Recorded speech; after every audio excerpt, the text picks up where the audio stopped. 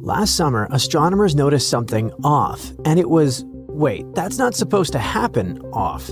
They spotted a weird mix of signals in their data. After double-checking, triple-checking, and probably staring at the screen in silence for a while, they realized it was something they'd never seen before. They may have just caught the first ever superkilonova. You've probably heard of supernovae, those big dramatic explosions marking the end of a star's life. It happens like this. A massive star runs out of fuel, its core collapses, and it blows itself apart. Sometimes a white dwarf star steals too much material from a nearby companion using its super powerful gravity. That stolen gas, mostly hydrogen, spins around the white dwarf in a disk and then slowly falls onto its surface, eventually triggering a massive thermonuclear blast. By the way, since we've mentioned it, a white dwarf is the scorching hot ultra-dense core that remains after a small or medium-sized star, like our Sun, exhausts its nuclear fuel and blows off its outer layers to form a planetary nebula. Then, over billions of years, it slowly cools and becomes a theoretical black dwarf. It's roughly the size of Earth but packs around the Sun's mass, which makes it incredibly dense. Black dwarfs are powered only by leftover heat, not ongoing fusion. Either way, the birth of a supernova is loud and bright. These explosions often leave behind a neutron star, which is so dense that a single teaspoon of it would weigh about 1 billion tons. Basically, less star and more cosmic anvil. But then there's this rarer kind of VIP event, the kilonova. Astronomers have only ever seen one of those. Back in 2017, one event confirmed what scientists had predicted for decades. Two neutron stars slammed into each other and shook space-time with gravitational waves. Such collisions don't just look cool, they create heavy elements like gold and platinum. Kinda like a cosmic factory. There's a chance that the gold in your phone or on your finger was forged in a violent neutron star crash billions of years ago. Kilonovae have a signature look. The explosion produces so many heavy metals that they block blue light, leaving behind a deep red glow. It's subtle and incredibly hard to catch. Now, here's where things get interesting. What astronomers spotted in 2025 didn't really fit into the supernova box, but it didn't look like a regular kilonova either. It was too powerful and too strange. Neither did it behave the way either event should on its own. That's why some scientists believe they might have spotted something new, a superkilonova. We're talking about a collision or chain reaction so extreme that it goes beyond anything we've observed before. Right now, it's too early to draw conclusions. Astronomers are arguing politely, running more simulations, and waiting to see if the universe decides to do it again. Because in the universe, twice is often the proof. But how could this superkilonova occur? Scientists suggest quite a wild sequence of events. Picture this. A massive star collapses in a supernova, but instead of leaving behind one neutron star, it produces two. Almost immediately, those two ultra-dense remnants begin spiraling toward each other. Within moments, they collide and merge, setting off a kilonova on top of the original explosion. In other words, it could be not just one cosmic blast, but a chain reaction. Two of the most extreme events in the universe happening nearly back to back. The mystery itself started on August 18, 2025, when the LIGO and Virgo gravitational wave detectors picked up a signal from 1.3 billion light-years away. The event immediately caught attention. The ripples in space-time looked exactly like what astronomers would expect from two neutron stars crashing into each other. But there was a plot twist. The International LIGO Virgo CAGRA team quickly alerted astronomers worldwide. The data suggested a neutron star merger, but at least one of the objects seemed unusually small. Together, the pair weighed just 0.87 times the mass of the Sun. But neutron stars aren't supposed to be that light.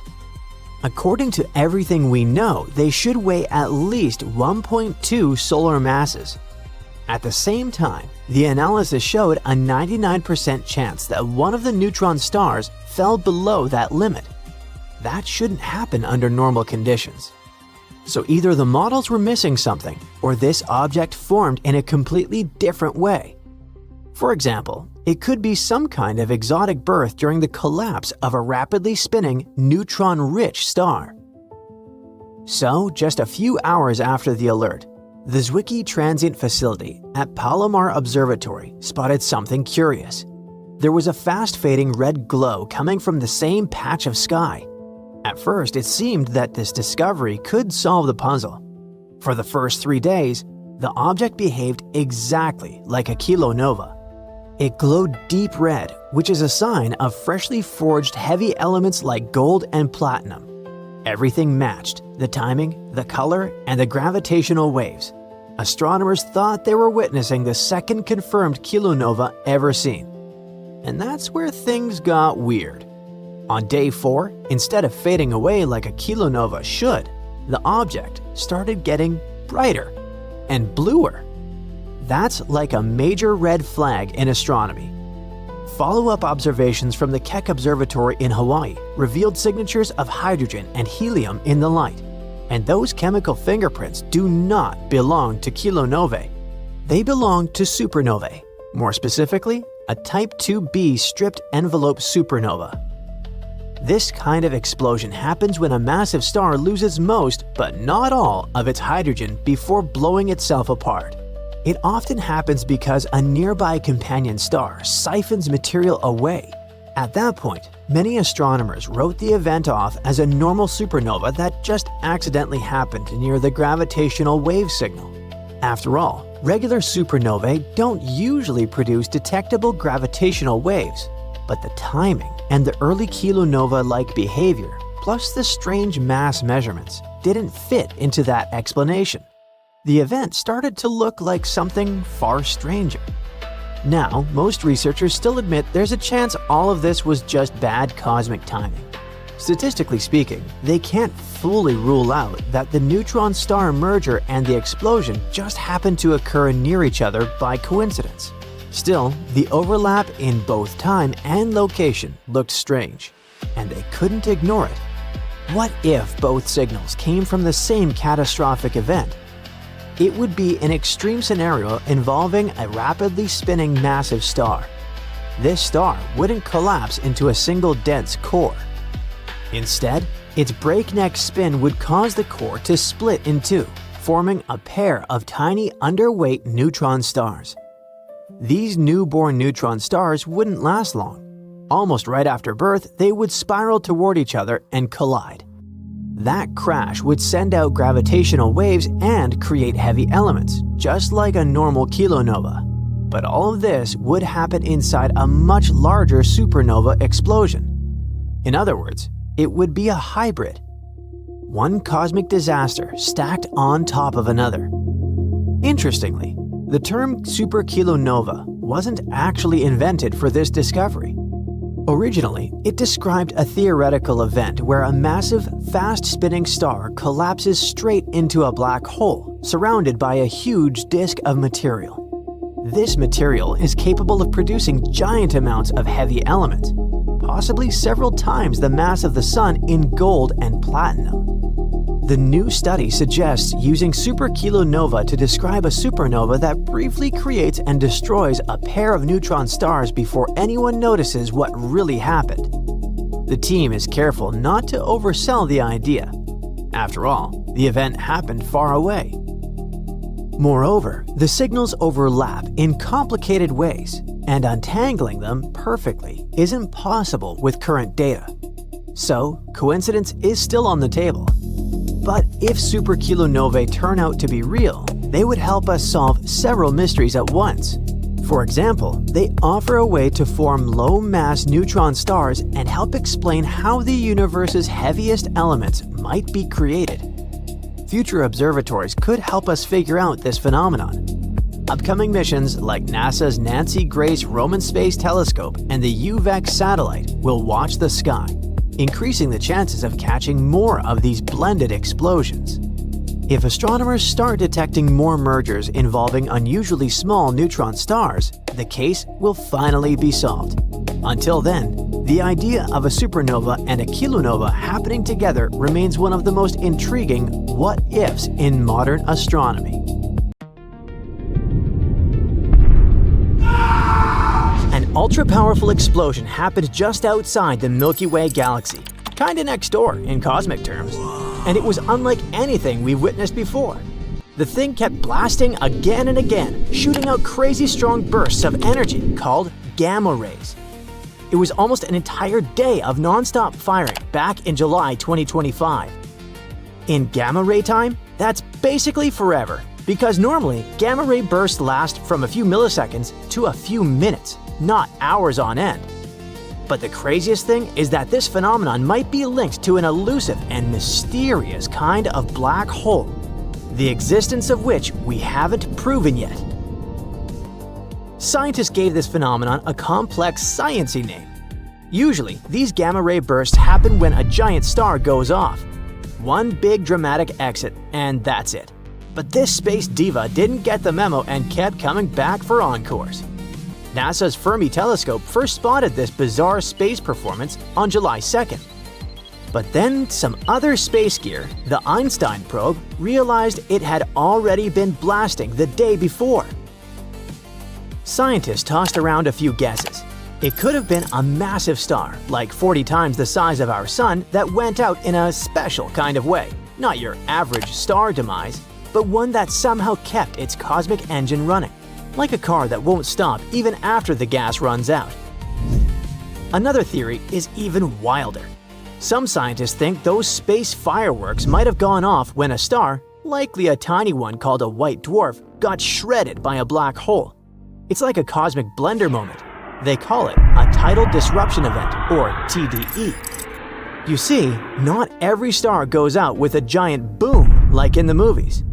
Most just get old, puff up, and slowly fade away, leaving behind their tired little cores. Those leftovers are called white dwarfs, star corpses made of super weird squished up gas.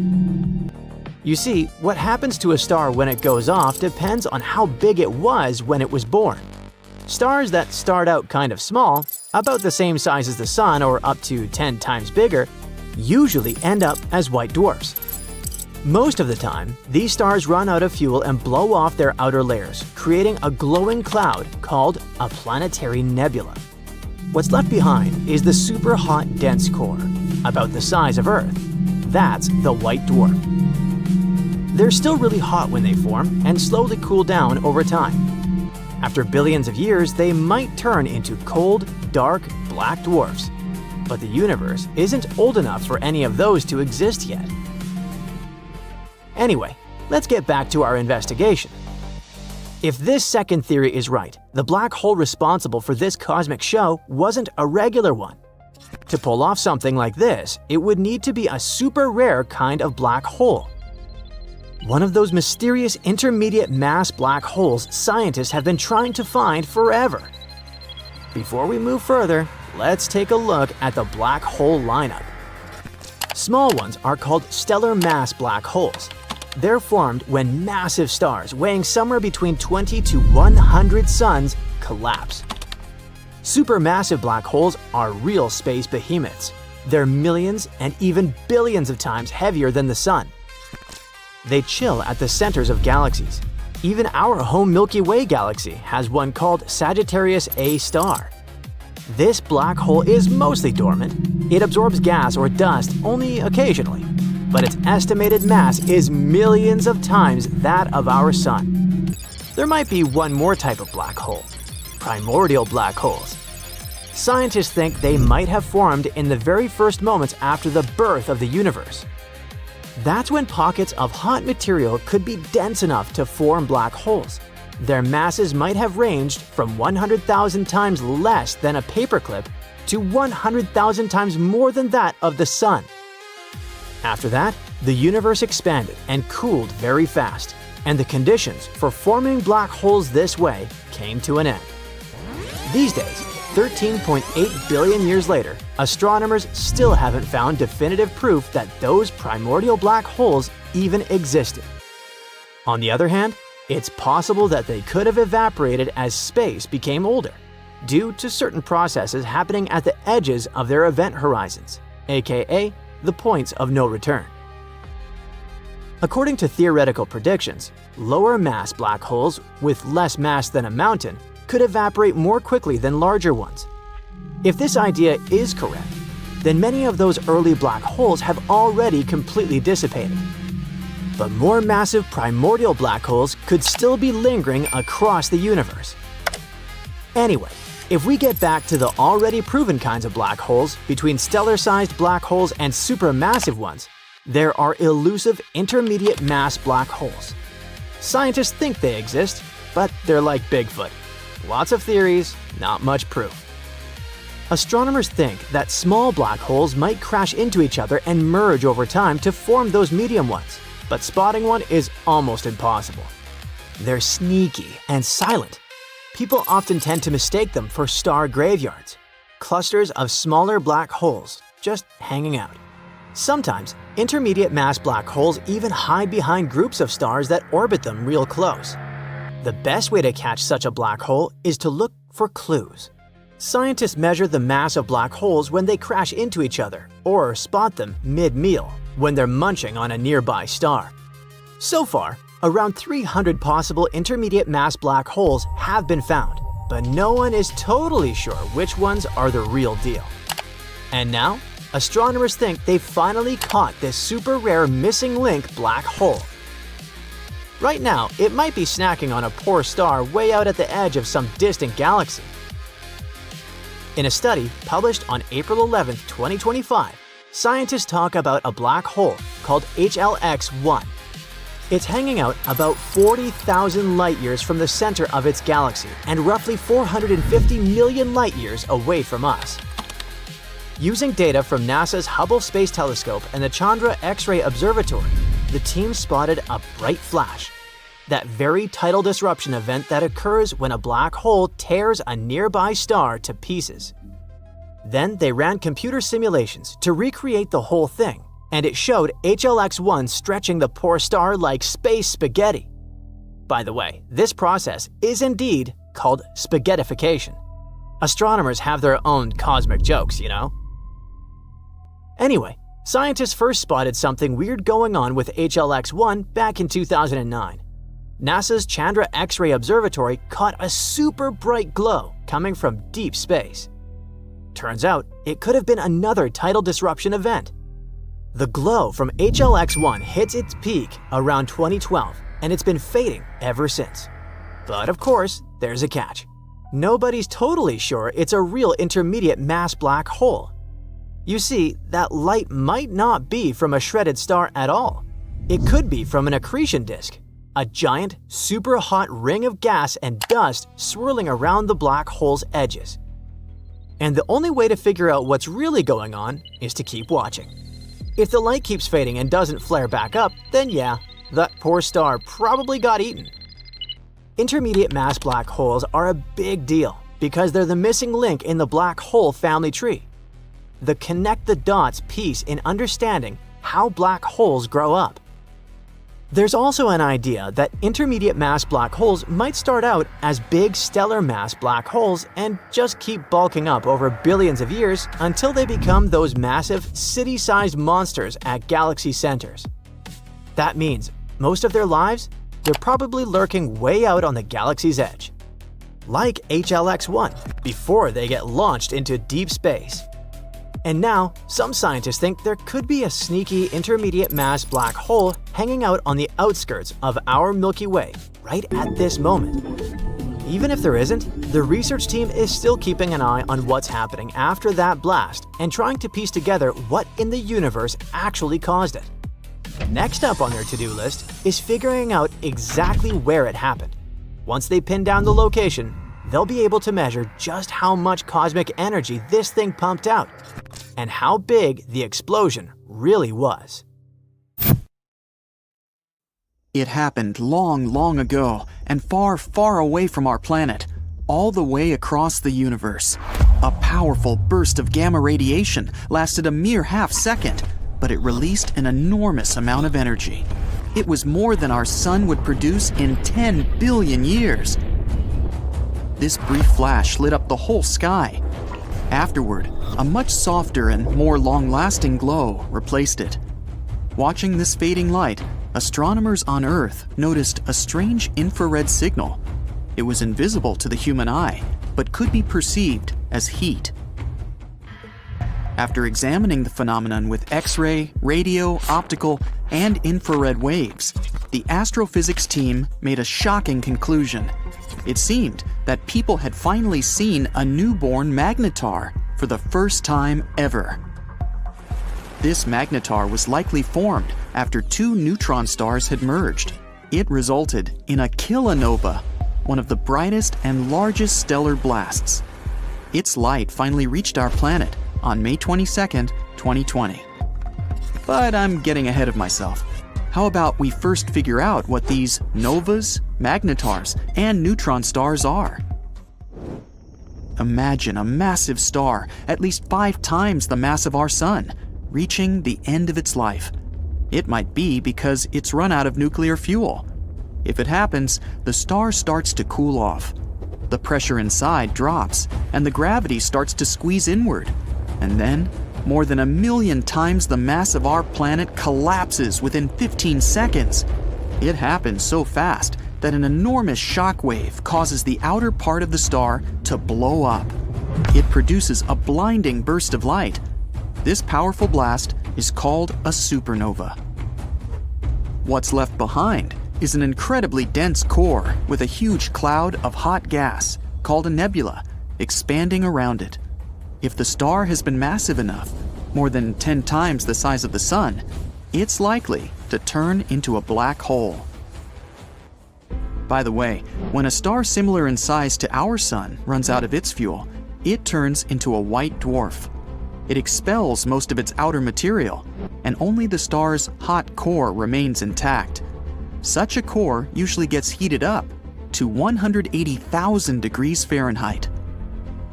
A white dwarf is just a bit bigger than our planet, but half as massive as the sun. In other words, these stars are some of the densest objects in the universe. A white dwarf can be 200,000 times denser than the Earth. It usually takes a white dwarf over 1 billion years to cool down. Under certain conditions, such a star can erupt, and this event is called a nova.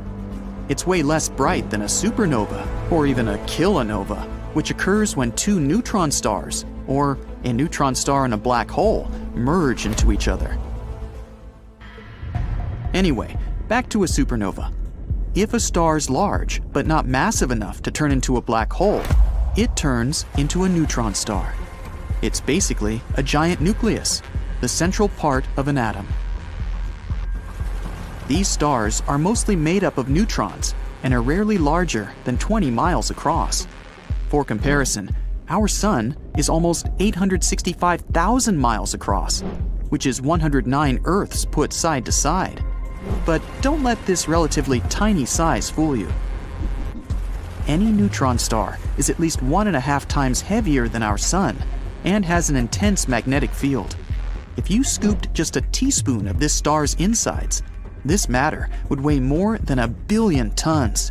That's so dense that it makes neutron stars some of the most extreme objects people know about. The next stop is the black hole itself.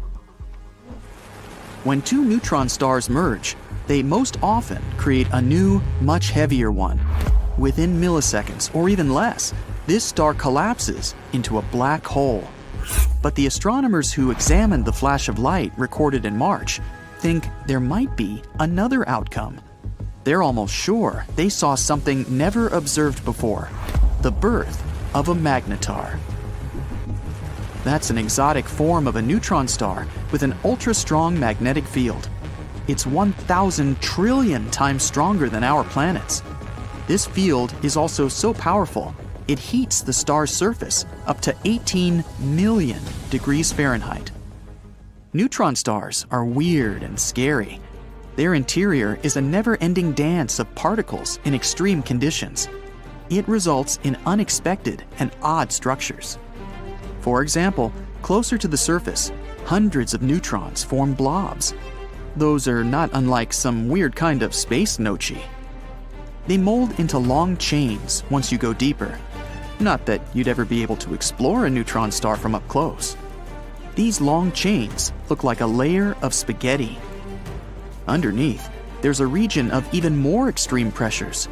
That's where our spaghetti turns into lasagna sheets, since we've started on this pasta comparison. Finally, under all these layers, even lasagna loses its form and becomes a shapeless mass. But even in this mass, there are some tube-shaped gaps. And don't they look like ziti? Another thing about neutron stars, they're spinning non-stop. And this spinning is fast, more than several hundred times per second. The fastest spinning neutron star makes more than 700 turns per second. That's 42,000 times per minute. Neutron stars also have incredibly strong magnetic fields. That's why, if there was life on a neutron star, it would be two-dimensional. The star's gravity is so powerful, it'd literally flatten anything on its surface. And if such a star had an atmosphere, it wouldn't spread up further than a foot or so above the surface. But if neutron stars are bizarre and spooky, magnetars are too, perhaps even more so. Thanks to their incredible magnetic pull, these stars would win in the strongest magnetic field competition, hands down. To put it simply, magnetars are the most powerful magnets in the universe. Their magnetic fields can seriously mess with the neighborhood. Atoms, unlucky enough to get close to such a star, get stretched into pencil-thin lines. If you somehow found yourself several hundred miles away from a magnetar, it would end badly for you. The magnetic field would first disrupt your bioelectricity. It means that your nerve impulses wouldn't work anymore. But that's not all. Even your molecules would change under the influence of the star's field. In the end, you'd kind of vanish. If a magnetar flew within 100,000 miles from our planet, it'd wipe out the data on every single credit card in the world.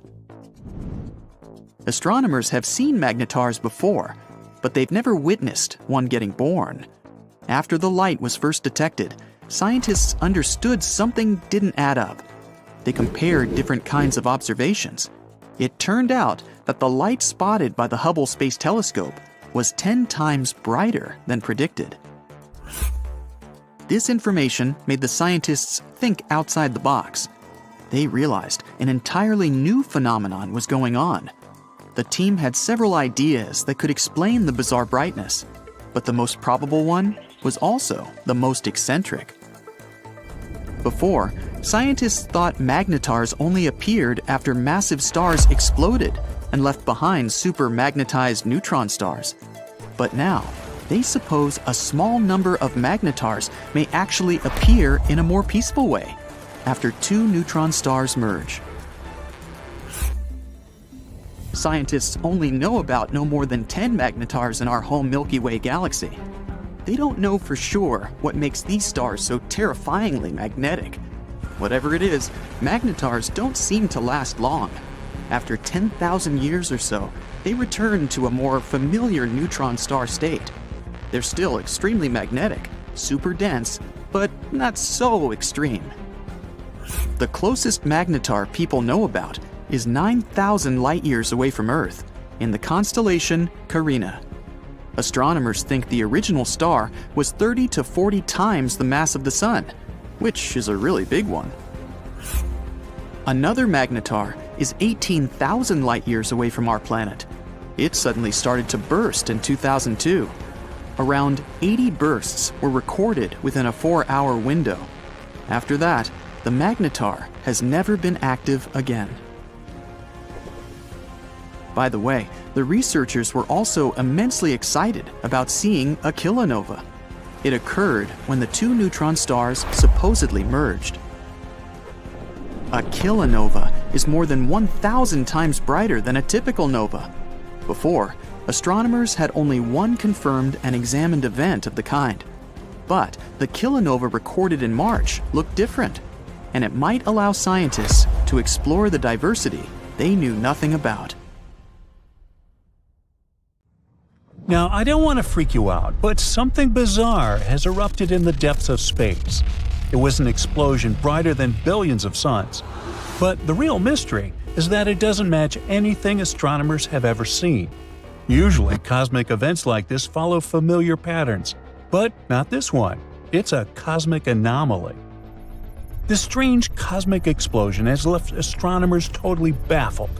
It could be a super rare event where everything lines up just right, or it could be something completely new, never seen before. This event was first detected by an X-ray space telescope called the Einstein probe on April 8, 2024. It first appeared to be a regular gamma-ray burst. Those typically give off incredibly bright X-rays. But could the answer really be so simple? Something didn't add up. Now, gamma-ray bursts are the most powerful explosions in the universe, and they can happen in unusual ways.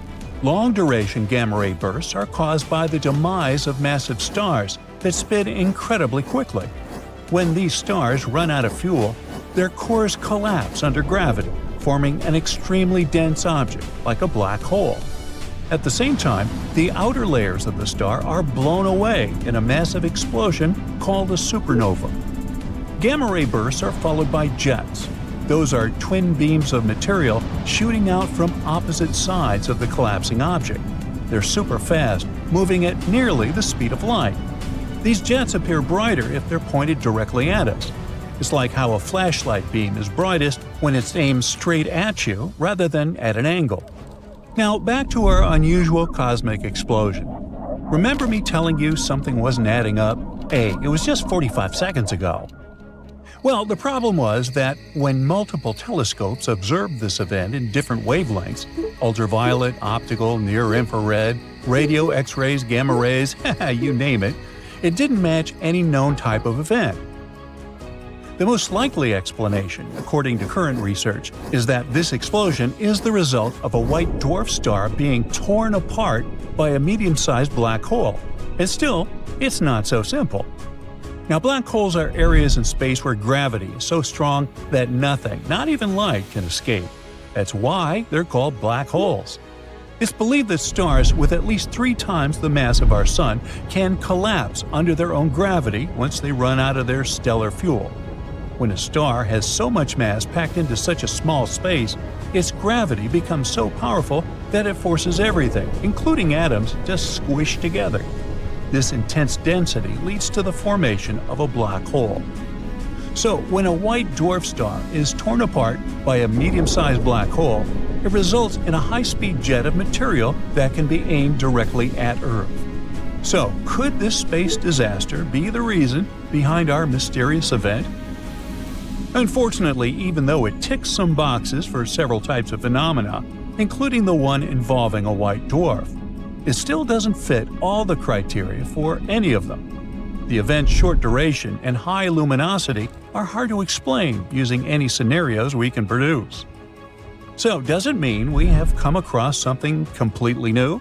The universe is full of energetic flashes caused by outbursts from stars and black holes, supernova explosions, stars being eaten by black holes, and other cosmic events. Astronomers usually figure out what these events are by analyzing their duration, frequency, source, and the specific combination of wavelengths they emit. Here, I just have to say a few words about the instrument that discovered this space anomaly. The Einstein probe is an X-ray space telescope project led by the Chinese Academy of Science in collaboration with the European Space Agency and the Max Planck Institute for Extraterrestrial Physics. That's a mouthful. This project is all about studying high-energy space events over time. Its main goal is to find inactive black holes and figure out how matter falls into them by spotting X-ray flares produced by these sudden space events. The Einstein probe also hopes to catch the electromagnetic signals from events that cause gravitational waves, like when neutron stars merge. It also keeps an eye on the whole sky to spot all kinds of space explosions and track already known changing X-ray sources. After the Einstein probe detected that ultra-bright space flash, The event was also observed by a few other ground-based and space telescopes, including the Nuclear Spectroscopic Telescope Array, SWIFT, Gemini, Keck, Dark Energy Camera, Very Large Array, Australia Telescope Compact Array, and Neutron Star Interior Composition Explorer. That's a bigger mouthful. Using all this data, astronomers pieced together the event's characteristics, but it didn't make the case any clearer. Quite the opposite. It just deepened the mystery. This event flared up in soft X-rays for the first 10 seconds, then plateaued at a steady glow for about 4 days before fading quickly within another day. This is much longer than typical gamma-ray bursts, which usually last from a few milliseconds to several hours. But it was still not long enough to fit into other known categories. The event's brightness in X-rays was also unusual. It was too bright for some types of phenomenon, but not bright enough for others. The most puzzling part is that the Very Large Array didn't detect any radio emission from the source when it was observed 11 days, 158 days, and 258 days after the initial flare. Now normally, when something this bright in X-rays lasts for this long, it's usually associated with a luminous radio counterpart. But in this case, no radio signals were detected, which is very strange and adds to the mystery. Astronomers didn't give up and considered several other possibilities, like fast blue optical transients.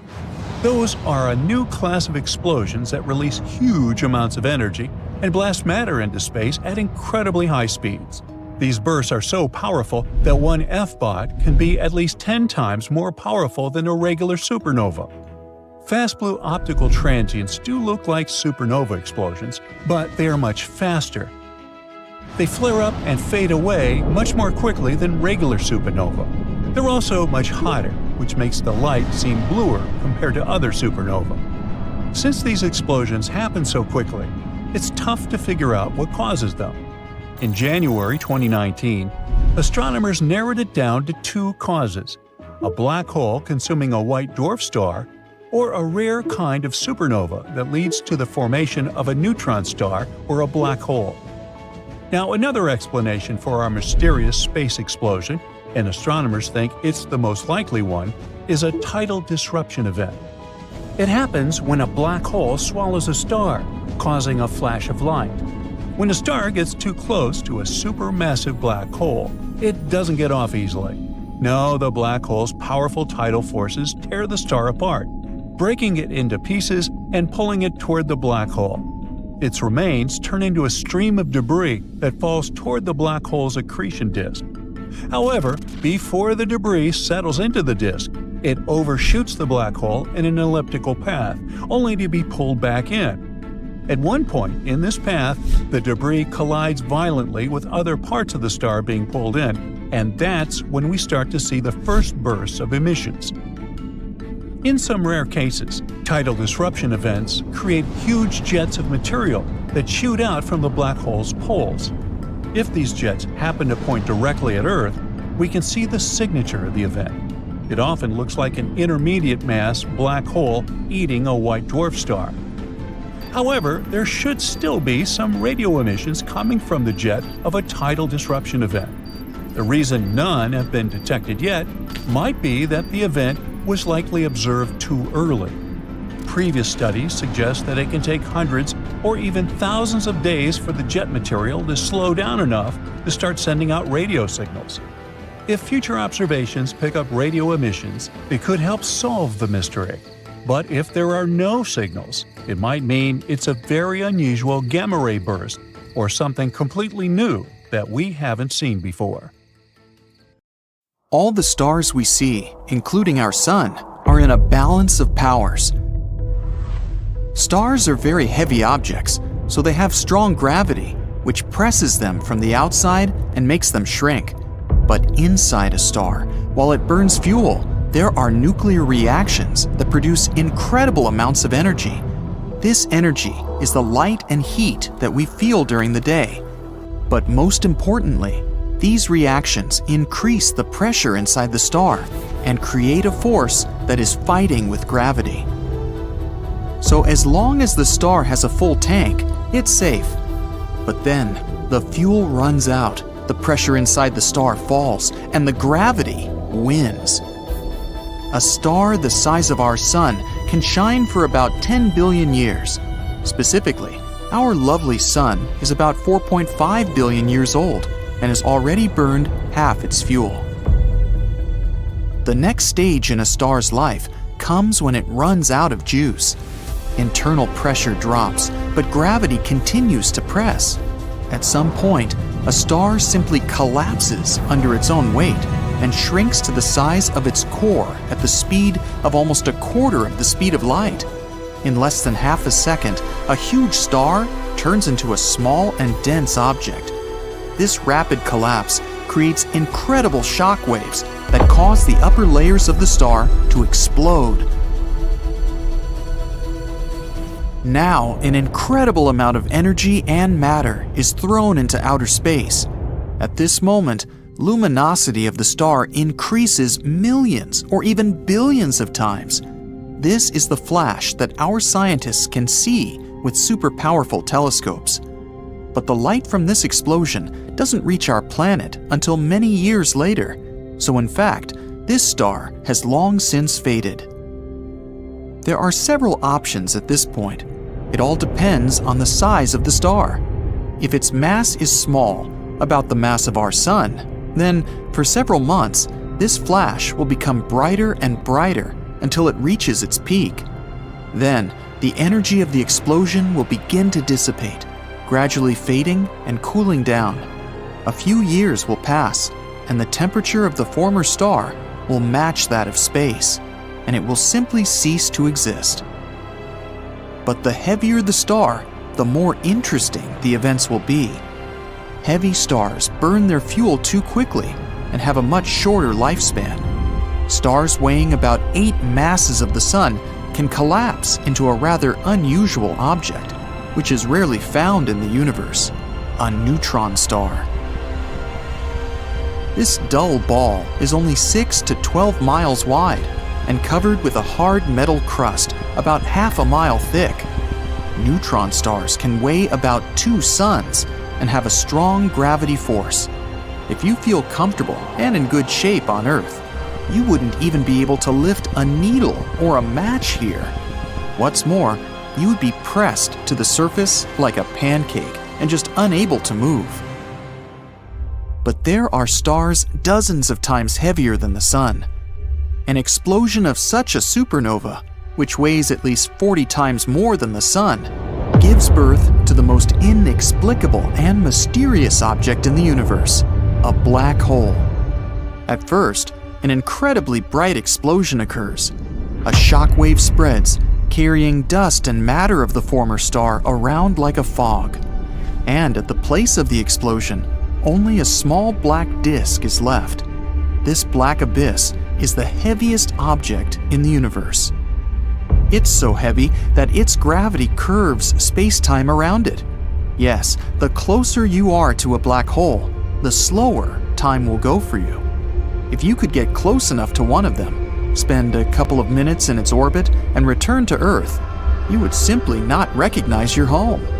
1 minute near a black hole can be a month, a year, or a decade on Earth. This depends on how heavy the black hole is. But don't get too close. The force of its gravity is so strong that even light can't escape from it. Humanity also knows about the existence of supermassive black holes. They gradually build up their mass, feeding on different cosmic objects just like a predator. Usually, such supermassive black holes lie in the centers of galaxies, and their gravity is so strong they can hold countless stars near them. For example, this is the only photo of a black hole, which is located in the center of the Messier 87 galaxy. The orange glow around it is its event horizon. That's the remains of the light from the objects this black hole has swallowed. You're quite safe though. The closest black hole is 1,120 light-years away. But supernovae can explode not only when gravity wins the fight with the star's internal forces. Sometimes the opposite happens. The nuclear fusion inside the star begins to affect much more matter than normal. The pressure inside a star increases, and it defeats the force of gravity that exerts pressure on the star from outside. At this point, there's a boom! This never happens by itself, and this type of supernova is only possible in binary star systems. Two stars are spinning around each other. One star begins to swallow the substance from the other. Then, the nuclear reactions inside it are no longer in balance, and a supernova explodes. For some time, scientists believed that such an explosion could occur in 2022. There's such a binary system in the Swan constellation at a distance of 1,800 light-years from the Sun. The luminous red nova should have occurred here. Such a red flash would have been visible to the naked eye for months. And after the explosion itself and the merger of two stars, a new, hotter, and heavier star was to appear in their place. But a new analysis of the data revealed a calculation error, and this event will not happen soon after all. So now we see that a supernova explosion is a very dangerous event, and it can cause great harm to our planet if it happens close enough. The main danger is gamma rays. This is the radiation that comes from the explosion. When these rays reach the Earth, they affect our space shield, the atmosphere. They reduce the ozone layer and make us vulnerable to solar radiation and cosmic rays. In this case, all life on the planet is in incredible danger. And the bad news is that such an explosion could happen quite soon.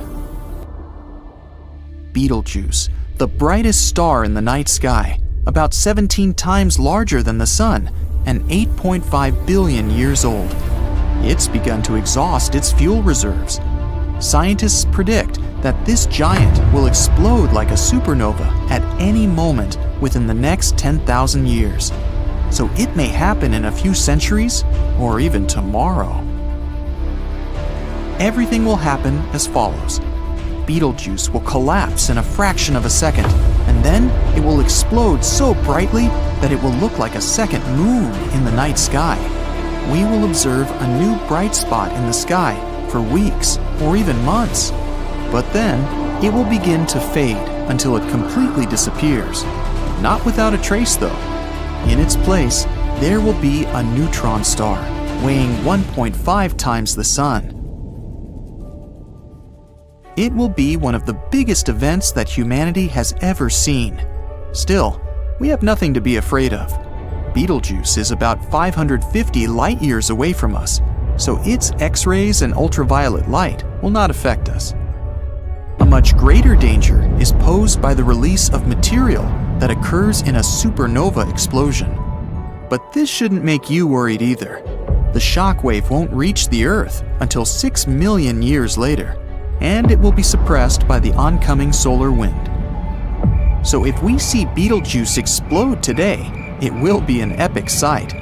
But in fact, the star will not exist at the time, because it will mean the event itself happened almost 6 centuries ago. It's just that now the light from it has reached us. Some scientists believe that the Ordovician Silurian extinction events, which occurred almost 500 million years ago, happened exactly because of a star explosion. Then, almost 60% of marine vertebrates went extinct. Yet it was not a supernova, but a hypernova. That is what scientists call explosions of stars 100 to 150 times larger than the Sun. In addition to the abnormal weight, the star must rotate very quickly.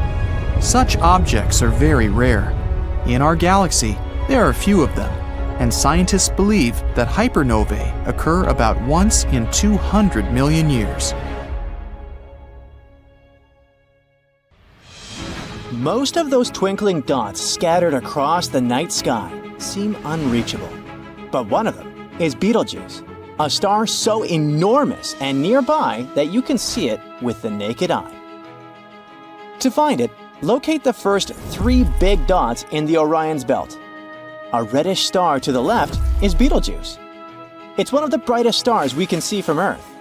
And it's just 640 light-years away. No big deal. Betelgeuse has a blue-white O-type star, which is one of the hottest types to exist. Betelgeuse was scorching hot, reaching temperatures of about 90,000 degrees Fahrenheit. Although that was back in the day, now it's an elderly star, and it cooled down to just 5,800 degrees. You know, vacation weather. Blue-white stars are absolutely massive and burn incredibly bright because they have loads of hydrogen fuel. But they have a price to pay for this glory. They burn through their fuel super quickly. As they age, they transform into red giants. This is exactly what happened to Betelgeuse. It burned through its hydrogen and started burning helium instead. This caused its outer layers to puff up like a balloon, turning it into a red supergiant and making it one of the largest stars out there. Now it's stretching over 700 million miles in diameter. Now it's about 1,000 times bigger than our Sun. If Betelgeuse replaced it, it would swallow up Mercury, Venus, Earth, Mars, even Jupiter. And its atmosphere would almost reach Saturn. But something strange has been going on. Betelgeuse spinning way faster than it should for a star of its size. Huge stars like Betelgeuse are expected to rotate slowly, but it suddenly started spinning at a rate of about 3 miles per second. Thanks to powerful radio telescopes, Betelgeuse's orange-red surface can be seen in detail. That's how we learned that it often changes its brightness. Sometimes Betelgeuse shines super brightly and then gets very dim. This happens about every 400 days. And recently, a telescope called ALMA, which is made up of many antennas working together as one, showed that Betelgeuse's surface seems to be moving unevenly. It's like one side is coming towards us while the other is moving away. But all of it might be a trick of light. Betelgeuse isn't as smooth as our Sun. Instead, it's super chunky. Its surface is like a boiling cauldron. It's bubbling and churning incredibly fiercely. Imagine giant plumes of hot gas erupting from its core, reaching the surface and then vanishing back inside. And these bubbles are bigger not only than the Sun, but Earth's entire orbit around the Sun. These bubbles also rise and fall super quickly, even faster than a spacecraft. And maybe this tricks our telescopes into seeing it spin faster than it really does. Some astronomers also think that Betelgeuse could have swallowed up another star, and this gave it a spin boost. But these are all just theories. Things got even more complicated when Betelgeuse dimmed once again, this time in a pretty unexpected way.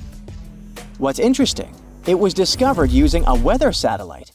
A regular telescope had a hard time seeing Betelgeuse clearly because of Earth's atmosphere. So they used a satellite that normally watches Earth's weather, but can also take pictures of space. As we mentioned, it usually brightens and dims about every 400 days. But recently, it suddenly dimmed by 2.5 times more than ever before. This event got the name the Great Dimming. The first theory said that Betelgeuse cooled down and sneezed out a bunch of material, creating a massive dust cloud. This cloud blocked the view of the star, making it look much fainter than usual.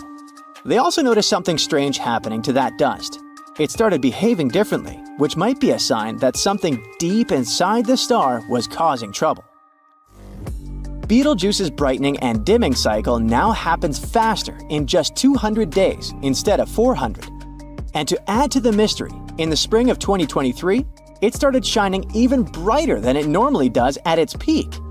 Why is this frightening? Because Betelgeuse might be preparing for its grand finale, and this wouldn't be very good for Earth. We might be on the verge of a supernova. When massive stars like Betelgeuse run out of fuel in their cores, they start burning different elements like carbon, oxygen, and silicon. Eventually, they end up with iron in their cores. At that moment, everything changes. Adding helium to iron doesn't produce energy like other reactions do. Instead, it sucks up energy. This causes the star's core to collapse, leading to what's called a core collapse supernova. A spectacular, breathtaking show. Supernovas are so bright that they can outshine entire galaxies. But a Betelgeuse supernova would be special. Because it's relatively close to us, it would be so bright that we could see it even during the day. When it happens, Betelgeuse will shine as brightly as a full moon, but all that light will be concentrated in one point. For about 2 months, it will be so bright that you could read a book just from the light of the supernova, even if you turned off all the city lights and had a clear sky. The idea of witnessing Betelgeuse explode as a supernova is truly thrilling. After all, the last time a star went supernova in our galaxy was way back in the time of Johannes Kepler, more than 4 centuries ago. That event, known as the SN 1604 or Kepler supernova, dazzled the sky for weeks. But don't get too excited yet. We're not sure when exactly it'll happen. One study says that the star might be in its carbon-burning phase. If we're near the end of that stage, then Betelgeuse might blow up very soon, during the next tens of years. But it's nearly impossible to determine because during that last phase, the star barely changes at all. Even though Betelgeuse is close enough for us to study its surface, we can't peek inside its core to see what's really happening with it. We might as well be at the beginning of the carbon-burning phase, and in that case, we might have to wait 1,000 more years before that cool supernova. Another study says that Betelgeuse might have less than 300 years of fuel left in its core. They say that Betelgeuse is known to expand and contract regularly, and its pulsation pattern hints that Betelgeuse is much larger than we previously thought. This would suggest that the star is further along in its life cycle and closer to going supernova. Other guesses come from observations of similar stars. For example, a star called VY-CMA in our galaxy is thought to be closer to going supernova than Betelgeuse, and it's been dimming steadily over the past century, unlike the relatively stable Betelgeuse. If Betelgeuse was about to go supernova, it would dim steadily and very quickly. Also, historical records suggest that about 2,000 years ago, people saw Betelgeuse as yellow, not red. If that's the case, then we might be in its early last days after all. In other words, we have no idea whether it will go supernova tomorrow or in 1,000 years. We just gotta wait and see. But let's say it goes supernova tomorrow. What happens to us then? The 1987 supernova in the Large Magellanic Cloud showed that the effects from the supernova might be so strong we can sense it even from very far distances. The Large Magellanic Cloud is almost 170,000 light-years away, and we still detected the radiation. It's kinda hard to say exactly what the danger zone is. A rough estimate could be around 100 light-years. Luckily, Betelgeuse won't pose any danger to humans. It's hundreds of light-years away, and its supernova won't influence us in any way. We'll be able to enjoy its supernova beauty without any harm. Astronomers detected something strange happening in the darkness of space. They picked up a series of bizarre, unexplained signals coming from distant stars in the Ursa Major constellation. And literally no one can explain their origin. Is it some unknown natural phenomenon or something far more mysterious, more artificial? Let's explore this latest space discovery, the science behind these signals from space, and what scientists believe might be sending them. So, scientists picked up 2 identical bursts of energy coming from deep space. They weren't random and they weren't background noise. They seemed to be precise and even kind of purposeful. The signals came from the constellation Ursa Major. It lies about 100 light-years away from our planet. The star emitting those signals is called HD 89389. It's a little bigger and brighter than our Sun, but nothing too unusual. That is, until 2023.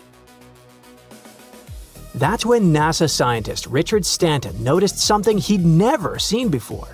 The star suddenly flashed, getting bright, then dim, then bright again, and it happened in just a few seconds.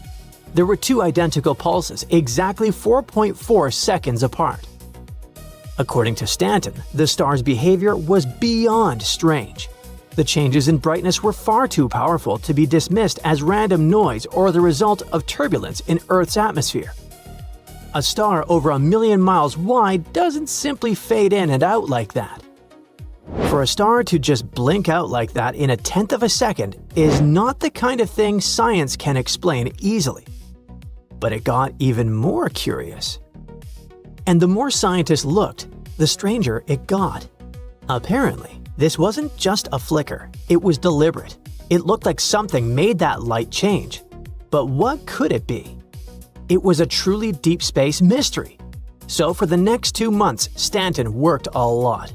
1,500 hours of total observation time, checking every possible explanation. He compared the data to lightning strikes, airplane reflections, meteors, and even software malfunctions.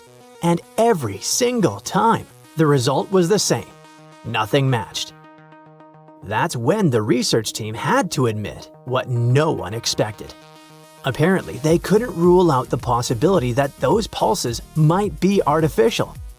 The thing is, after checking every possible explanation, Stanton realized that their space telescope discovery wasn't something anyone had seen before. It couldn't be explained as static, it wasn't lightning, and it definitely wasn't a passenger plane flying by. But it reminded him of something. You see, back in 2019, astronomers detected another strange double pulse. This one was coming from a hot gas giant called Dimidium, about 50 light-years away from Earth. At first, experts laughed it off and blamed it on birds flying through the telescope's field of view. But the new signal didn't seem like one of those simple mix-ups. So, Stanton kept digging. He looked at everything and concluded that a shockwave in Earth's atmosphere could explain the signals. But that idea didn't quite fit. For all 3 pulses to sync up that perfectly, the timing would have had to be almost impossible. The researchers also looked into other possibilities. Maybe the light was bent by some far-off object in our solar system. Maybe a satellite or asteroid partially blocked it. Or maybe it was caused by refraction or even gravitational waves. But none of those theories really made sense either. Some details were clearly missing for astrophysicists to explain how a star could blink that fast and that cleanly. For now, Stanton believes the only way forward is to study all 3 known events more closely and see which explanations still hold up. You're probably asking yourself, how was this astronomy discovery even made? It started more than 60 years ago. That's when scientists officially kicked off the search for life beyond Earth. They called it the Search for Extraterrestrial Intelligence, or SETI. The pioneer of this undertaking was something called Project Ozma. It was led by astronomer Frank Drake, the same guy who came up with the famous Drake equation. This equation is a way for scientists to make an educated guess about how many worlds in our galaxy might have intelligent life that can send out signals we could detect. The idea is simple. You start with how many stars are born in our galaxy. Then you figure out how many of those stars have planets and how many of those planets could support life. Then you gotta figure out how many of those worlds might actually have living things and how many of those might develop intelligent beings. And finally, you try to calculate how many of those might build technology that could let them communicate with other civilizations, like ours. Now, the equation isn't really meant to give a clear number. It's more like a big thought experiment that helps scientists consider all those different pieces needed for life to exist and be noticed in the universe. Anyway, back in 1960, Drake and his team pointed a giant 82-foot radio dish at 2 nearby stars, Epsilon Eridani and Tau Ceti, and listened for anything unusual. Between April and July of that year, the observatory in West Virginia stayed tuned in, waiting for a signal from the stars. Unfortunately, nothing came through.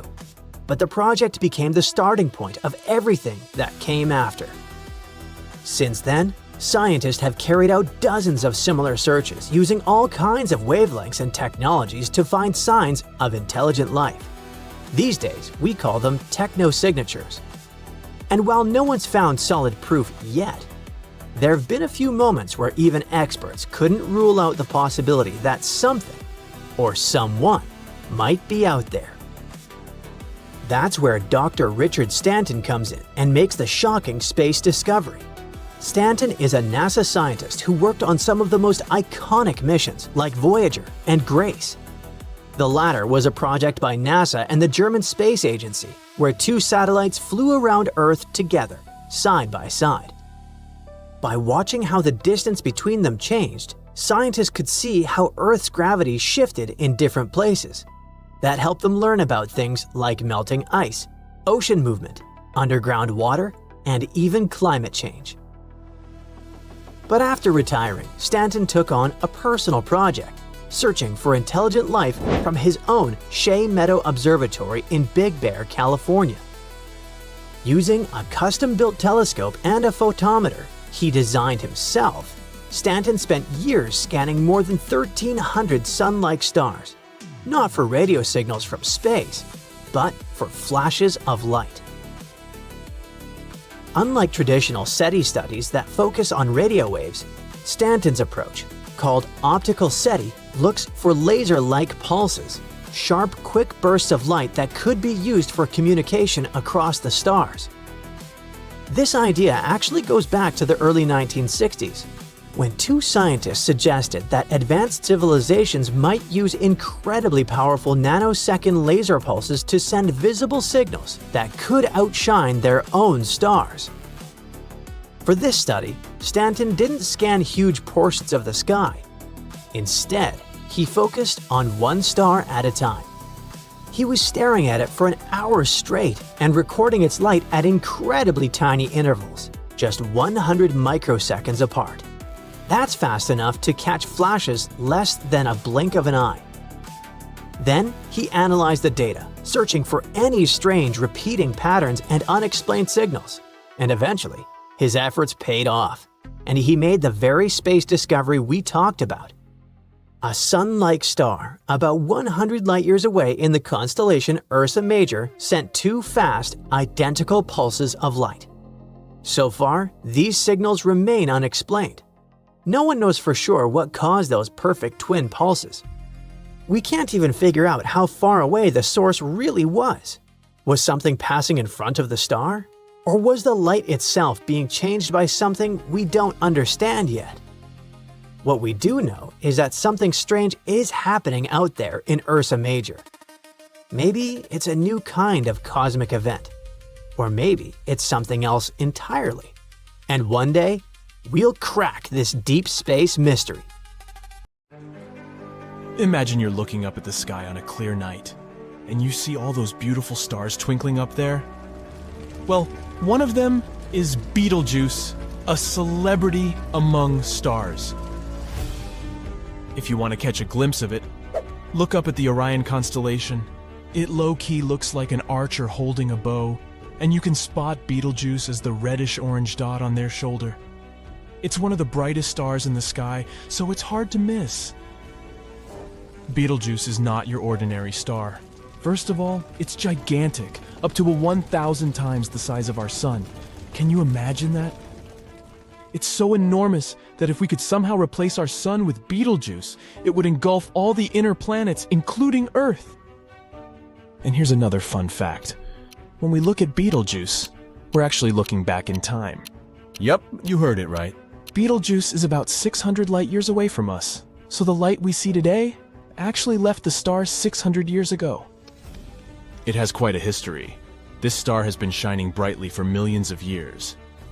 Long, long ago, even before smartphones and telescopes, ancient Sumerians were the first to spot Betelgeuse in the sky, and it's been a diva this entire time. For example, in 1866, Betelgeuse became one of the brightest stars in the night sky. It was so dazzling that people could see it even during the day. Astronomers all around the world went bananas documenting this extraordinary event. Since then, Betelgeuse has been playing hide-and-seek with us. It all started when Betelgeuse started to dim back in 2019. Since then, it likes to dim and brighten sporadically. But these changes in brightness tell us about something important. As we mentioned, Betelgeuse was always a bit of a troublemaker. It's been living a fast and furious life. Because of that, it has been burning its fuel at an incredibly fast rate. The changes in the star's brightness are clues that Betelgeuse is approaching the end of its life cycle. The drama intensified when the Hubble Space Telescope snapped jaw-dropping images of Betelgeuse, like it was getting ready to blow its top. All this made scientists think that the star is close to retiring in a dramatic way. It's about to go supernova. So picture a star partying hard, powered by the fusion of hydrogen atoms. It's like the star's own energy drink, but just like any party, the fuel starts to run out. That's when things get interesting. As the star guzzles up its hydrogen fuel, it slowly begins to run on empty. It can't sustain itself anymore. So now, it's time for the grand finale. This finale is called supernova. The star collapses in on itself like a deflating balloon. The pressure and temperature inside skyrocket to mind-boggling levels, and this celestial tantrum triggers a colossal bang. So you can see why observing Betelgeuse is like having a front-row seat to the spectacular drama. But here's the big question. When will this happen? Well, the answer is not as simple as setting a timer. You see, stars have their own schedules, and Betelgeuse is no different. It could be tomorrow, or it could be thousands of years from now. Scientists have come up with only a rough estimate. They believe that Betelgeuse will go supernova within the next 100,000 years. Quite a spread, huh? Sure, that sounds like forever to us, tiny humans. But in the vastness of the universe, it's just a blink of an eye. But there's a chance, just a tiny chance, that Betelgeuse could surprise us all and go supernova much sooner. Considering its dips in brightness, we might be in for a show within the next few hundred years. We'll just have to wait and see. Now, if Betelgeuse does go kaboom, what will happen? Well, get ready for a show like no other, folks. When a star collapses under its own weight, it unleashes a cosmic firework of epic proportions. The star releases a crazy amount of energy in the form of light and heat. Betelgeuse's supernova is going to be extra special. It's like the superstar of supernovas. It will shine so brightly that it might even outshine the other stars in the sky. Picture that, Betelgeuse stealing the spotlight. The show could be so bright that you won't need a telescope to catch a glimpse. Nope, you'll be able to see it with a naked eye. It might even be visible during the day, making the sky look like it's hosting the coolest rave ever. After that, the supernova will keep us entertained for weeks. It will be like having a second moon in the sky, shining as bright as the full thing. Imagine that, two moons dancing together in the night. After several weeks of lighting up the night sky, Betelgeuse's supernova will slowly fade away, but it would leave behind a souvenir, an ethereal remnant. It's like a fading memory of the star's epic performance. This remnant, too, would slowly fade away over the course of several months. But it's not just about the light show. The boom will send out powerful shockwaves, and we might actually feel them right here on Earth. It's like the universe giving us a gentle tap on the shoulder, saying, hey, look at this amazing spectacle. How dangerous will it be for us? Well, we know that Betelgeuse's supernova would send dust and gas shooting into the atmosphere. It's like a big space sneeze. And this sneeze could cause a decrease in global temperatures. We're talking serious climate impact here. It could even lead to a mini ice age. But these are just assumptions. We don't know for sure if the consequences will really be that serious. But, of course, we want to be prepared for this event just in case. That's why scientists are studying Betelgeuse closely. But, in addition to serious scientific research, astronomers also have a blast of celestial comedy. Jokes are flying left and right. Someone has even created a Betelgeuse status account, which you can check yourself. So, as you can see, the star is keeping us on our toes. Astronomers keep observing it, and they need our help too. They want us to keep an eye on Betelgeuse and report any changes we see. How do you do that? First off, channel your inner astronomer and observe Betelgeuse. Take a peek at the star and note down what you see. Is it twinkling, shining, or feeling a bit dim? Jot it all down. Then be a superstar yourself and report your observations to the astronomers. Your observations will help them track Betelgeuse's journey towards its big supernova moment. You can also join in on some citizen science projects. They're super fun and easy, trust me. One cool project you can jump into is the Betelgeuse Brightness Monitor. By participating, you help scientists keep tabs on how bright Betelgeuse is shining. Your contribution can make a real difference. So join the monitoring team. You'll be part of something amazing, and who knows? Your observations might even help predict when Betelgeuse will show off its supernova magic. By doing that, we can assist them in monitoring this superstar and learn more about the fascinating world of stars. But that's how we can help scientists to predict this event. Now, how can you personally prepare for it? First things first, you'll need the right gear to catch all the supernova action. A trusty telescope is like your front row ticket to the starry show. It'll bring you up close and personal with Betelgeuse's performance. And remember, you'll need special eyewear to shield your eyes from the intense burst of light. Safety first. And of course, prepare in case it decides to mess with our climate. Stock up on essentials, like warm clothes and supplies, just in case we experience a mini ice age. But let's just hope it won't happen. So keep your eyes on the night sky, my friends. Betelgeuse may not be ready to blow up just yet, but when it does, it will be a sight to behold. Until then, let's enjoy the twinkling stars. And remember, there's always something extraordinary happening in the vastness of space. Chibilski's star was discovered in the 1960s. Since then, astronomers have been intrigued by its unique chemical makeup. The star is suspected to contain ultra-rare elements, verging on the almost impossible. Using special equipment on the European Southern Observatory's telescope in Chile, researchers took readings of the star's magnetic field. They discovered that the star's rotation period, which is the time it takes to finish one revolution on its axis, stretches out over almost 200 years, which is super slow. Of course, there are even more bizarre objects called apstars. They're a chemically interesting category of stars that rotate extremely slowly, with one rotation taking up to 1,000 years.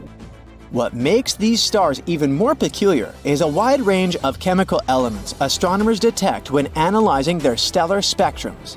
But if we look at Chibilski's star, we'll see that it's both similar to and different from other apstars. It contains unusually low amounts of iron and nickel. Our Sun has 10 times more and incredibly high amounts of rare, heavy elements. Those might include strontium, cesium, and neodymium, as well as at least 2 undiscovered elements. They wouldn't occur through any natural processes we currently understand. There's a hypothesis that the presence of such heavy elements could be caused by a star's unseen companion, like a neutron star. Some people go as far as to say that such an incredible chemical makeup could be a sign of an alien technosignature. Any specialist will tell you that it's the strangest stellar spectrum they've ever observed.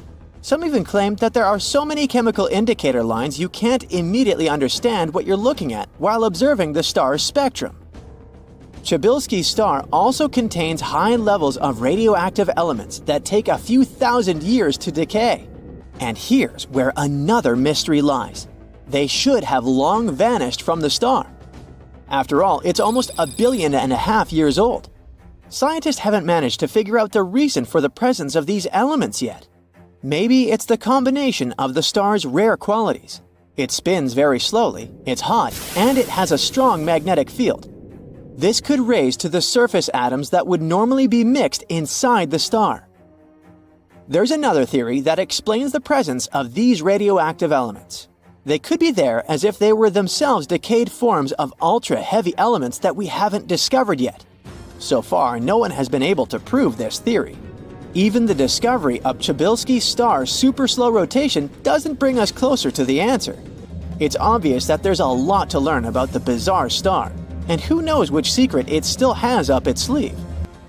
Another not less mysterious star is called Tabby's star. It's a sun-like orb around 1,500 light-years away from Earth, sitting in Cygnus the Swan. Unlike our Sun, this star dims randomly by 5 to 22%, and it lasts for days at a time. The reason could be a giant planet passing in front of the star, but then the eclipses would be more regular and not so random. And if it was a Jupiter-sized planet, it would also need to block around 1% of the star's light, which would make it unique and unlike anything we know. After American astronomer Tabitha Boyajian discovered the star's massive and irregular fluctuations in 2015, further observations followed. They show that the overall magnitude of the star has been gradually dimming over the years. Some theories trying to explain this phenomenon are quite believable. For example, some scientists think that these brightness changes are intrinsic to the star. They could be caused by its magnetism or changes in heat flow in its interior. Other ideas are more daring, including some kinds of activity of an extraterrestrial civilization. One of the most plausible theories, though, is that the dimming is caused by the chunks of an orphaned exomoon. It could have been pulled away from its parent planet by gravitational interactions with Tabby's star. As the moon approached the star, it exploded, sending dust clouds into stellar orbit. These countless chunks of rock and dust are now moving between Tabby's star and Earth in a giant, clumpy cloud. It could indeed explain why we observe such irregular brightness variations. Usually, when astronomers spot a spiral arm structure, it turns out to be a galaxy. But not in this case. SAO 206462, located 460 light-years away from our home planet, is a young star. It's surrounded by a circular disk of gas and clearly defined spiral arms. The bizarre star was spotted during an exoplanet search with the help of the Subaru telescope located in Hawaii. Instead of finding fully fledged planets around a young star, astronomers discovered planets that were still in formation. These baby planets are growing out of the disk of gas and dust surrounding the star. The disk extends out to around 80 astronomical units, which is twice the orbit of Pluto. At least 2 of these planets have stretched the disk into its extremely unusual spiral shape. A different planet is responsible for each arm. In our home galaxy, there's a giant star that is a real stellar wind machine. At the moment, this monster is just waiting to burst and send a wave of radiation and hot gas towards Earth. All because it's a Wolf-Rayet, a star which is at that precarious point before it goes supernova. Its core doesn't have any more helium left to burn. Instead, the star is forced to churn through much heavier elements, for example, oxygen. Unfortunately, it disrupts the careful balance between gravity and fusion, leading to the star shedding its layers. When the oxygen eventually runs out, the star will go supernova, but this time the show will be different. The thing is, WR104 is 1/2 of a binary pair, which means that 2 stars are feeding into each other, spinning up their stellar winds. It will continue until they start going incredibly fast. Is the potential explosion going to harm Earth? On the one hand, we're far away enough for even a directed supernova to not hurt our planet. At the same time, there's a threat of an extremely dangerous gamma-ray burst. Luckily for us, it takes a very specific and unlikely train of events for a Wolf-Rayet to produce a gamma-ray burst. Plus, even if it does, the star might be pointed far away enough for the danger to miss us. Anyway, astronomers are still watching the star, just in case. A star sitting in the constellation of Centaurus keeps a secret not many know about. At first glance, it looks like a dim white dwarf, but when astronomers analyzed it, it turns out to be incredibly dense. Take the mass of the Sun and cram it into something that is only 1/3 the diameter of Earth. This space wonder is also rather cool. Its core temperature is a mere 11,900 degrees Fahrenheit.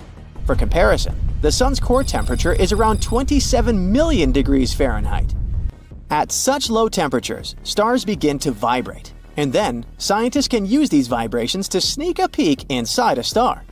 And in the case with the star in question, which was later named Lucy, they discovered that its carbon core had crystallized. In other words, it formed a giant diamond 10 billion trillion carats in size. Since the discovery of Lucy, a few other crystallized stars have been spotted. Some of them have diamond hearts the size of our planet. The last bizarre star for today is called Vega, and it's squashed. The star's bulging waistline is caused by an extremely high spin rate. Vega rotates once every 12.5 hours. This pushes the material around its equator outward. It also leads to the phenomenon known as gravity darkening, when stellar material further from the center of the star experiences less gravity, which makes it cooler and darker. So when Vega faces Earth pole end on, it looks perfectly round. But the dark halo around its middle is a telltale sign of Vega's oblate shape. So stargazers were chasing the Perseid meteor shower, but instead, they got something more unusual and rare, a massive cosmic swirl in the sky. In August 2025, reports poured in from Maryland, New York, New Jersey, Illinois, Ohio, Nebraska, a total of at least 10 states, and Ontario, Canada. The ghostly spiral was floating over the highways, houses, and woods for almost 10 minutes before vanishing like a Penn and Teller trick. It bloomed, unfurled, and then just faded. The internet went nuts about the mysterious spiral. Witnesses snapped video with shaky hands, wondering what they just saw. And of course, theories bloom faster than wildflowers in spring. Some people thought it must have been a Perseid meteor. It all happened smack in the middle of the season for those shooting stars. But meteors blaze bright and fast, and this was slow, hypnotic, and weirdly beautiful. Then a rocket theory took hold. The United Launch Alliance's Vulcan from Florida was a prime suspect. But the geometry didn't add up, as that rocket headed east, not the Midwest. The timing and path just didn't align. Finally, the European dark horse entered the spotlight, Ariane 6. They launched this rocket with a weather satellite on it from French Guiana just minutes earlier. Some astronomers mentioned that it probably released frozen exhaust high in the atmosphere during its cleanup phase. That spinning fuel cloud could have caught the sunlight just right, creating a spiral that drifted in the upper atmosphere. People were able to see it for a good stretch before dissipation. What we do know is that the physics behind what we witnessed are normally part of the twilight phenomenon. As the upper stage of a rocket starts spinning in space, it dumps leftover fuel. In the upper atmosphere, that fuel instantly turns into ice crystals that scatter sunlight and form a spiral that looks like something spun straight out of a fantasy novel. It's totally natural and doesn't have to do with extraterrestrial civilizations like some people thought. Still, nothing's confirmed, but there are more similar glowing structures lately, mostly from SpaceX's Falcon 9 rockets. That's why they even have a nickname, SpaceX Spirals. In March 2025, a glowing swirl formed above Europe like a neon whirlpool, or the Milky Way got into a blender. The blue spiral stretched and spun steadily for about 8 to 12 minutes above the UK and further into Sweden, Poland, Hungary, and Croatia. The sponsor of this sky show was a Falcon 9 rocket that had launched from Cape Canaveral earlier that day. Once the rocket reached space, it dumped leftover fuel that froze into ice crystals, and people got to enjoy an amazing sight. Now, normally, SpaceX spirals come in a perfect vortex shape, but the one that appeared over Europe in 2024 had two faint, horn-like pillars of light. It's the only horned spiral we've seen so far. It photobombed the auroras over countries like Poland, Lithuania, and the Czech Republic. Earlier that evening, a Falcon 9 rocket launched from California's Vandenberg Air Force Base, carrying Earth-observing satellites. Another layer to the story is that there was a strong G3-level geomagnetic storm happening at the same time, thanks to a coronal mass ejection that crashed into Earth's magnetic field earlier that day. That storm pumped up the northern lights, which became the stage backdrop for the spiral's eerie entrance. Another SpaceX spiral example is from April 2023. Over Alaska, people who went out to watch the northern lights suddenly froze as a glowing blue spiral swirled into view. It was drifting across skies like someone had opened a portal to another dimension. Cameras caught it, social media went wild, and Stargate in the sky was suddenly trending. But as it turned out, the portal was no invitation from the Milky Way, but the aftermath of a SpaceX Falcon 9 rocket. Frozen exhaust spun in the upper atmosphere and reflected sunlight in a perfect corkscrew pattern, framed against shimmering auroras. The science was straightforward, but the sight was straight out of a science fiction film. Now, spirals aren't the only kind of weird atmospheric shows nature throws for us. In Italy in 2023, a massive red ring of light suddenly flashed high above a storm. Scientists identified it as an ELF, a type of transient luminous event. When a lightning bolt unleashes a powerful electromagnetic pulse, it slams into the ionosphere's nitrogen and creates a glowing red disk hundreds of miles across. The phenomenon lasted only milliseconds, but thanks to time-lapse cameras, it burned into memory like the outline of an extraterrestrial saucer. Normally, only satellites orbiting the Earth can spot ELVs, but in this case, the lightning bolt was at least 10 times more powerful than regular ones, so it was visible to humans on Earth. Another cool thing about it is that it looked like it was hanging in the sky, directly above the town of Posigno. But in reality, the massive halo appeared above central Italy and part of the Adriatic Sea. It was just a forced perspective that made it look like it was in a completely different space. You can only get the best view of some sky shows directly from space. Aboard the International Space Station, orbiting 250 miles above Earth, astronauts once reported seeing two mysterious blue blobs glowing beneath them. From orbit, they looked like deep-sea creatures that had been misplaced in the sky, two radiant orbs pulsing against the blackness of space.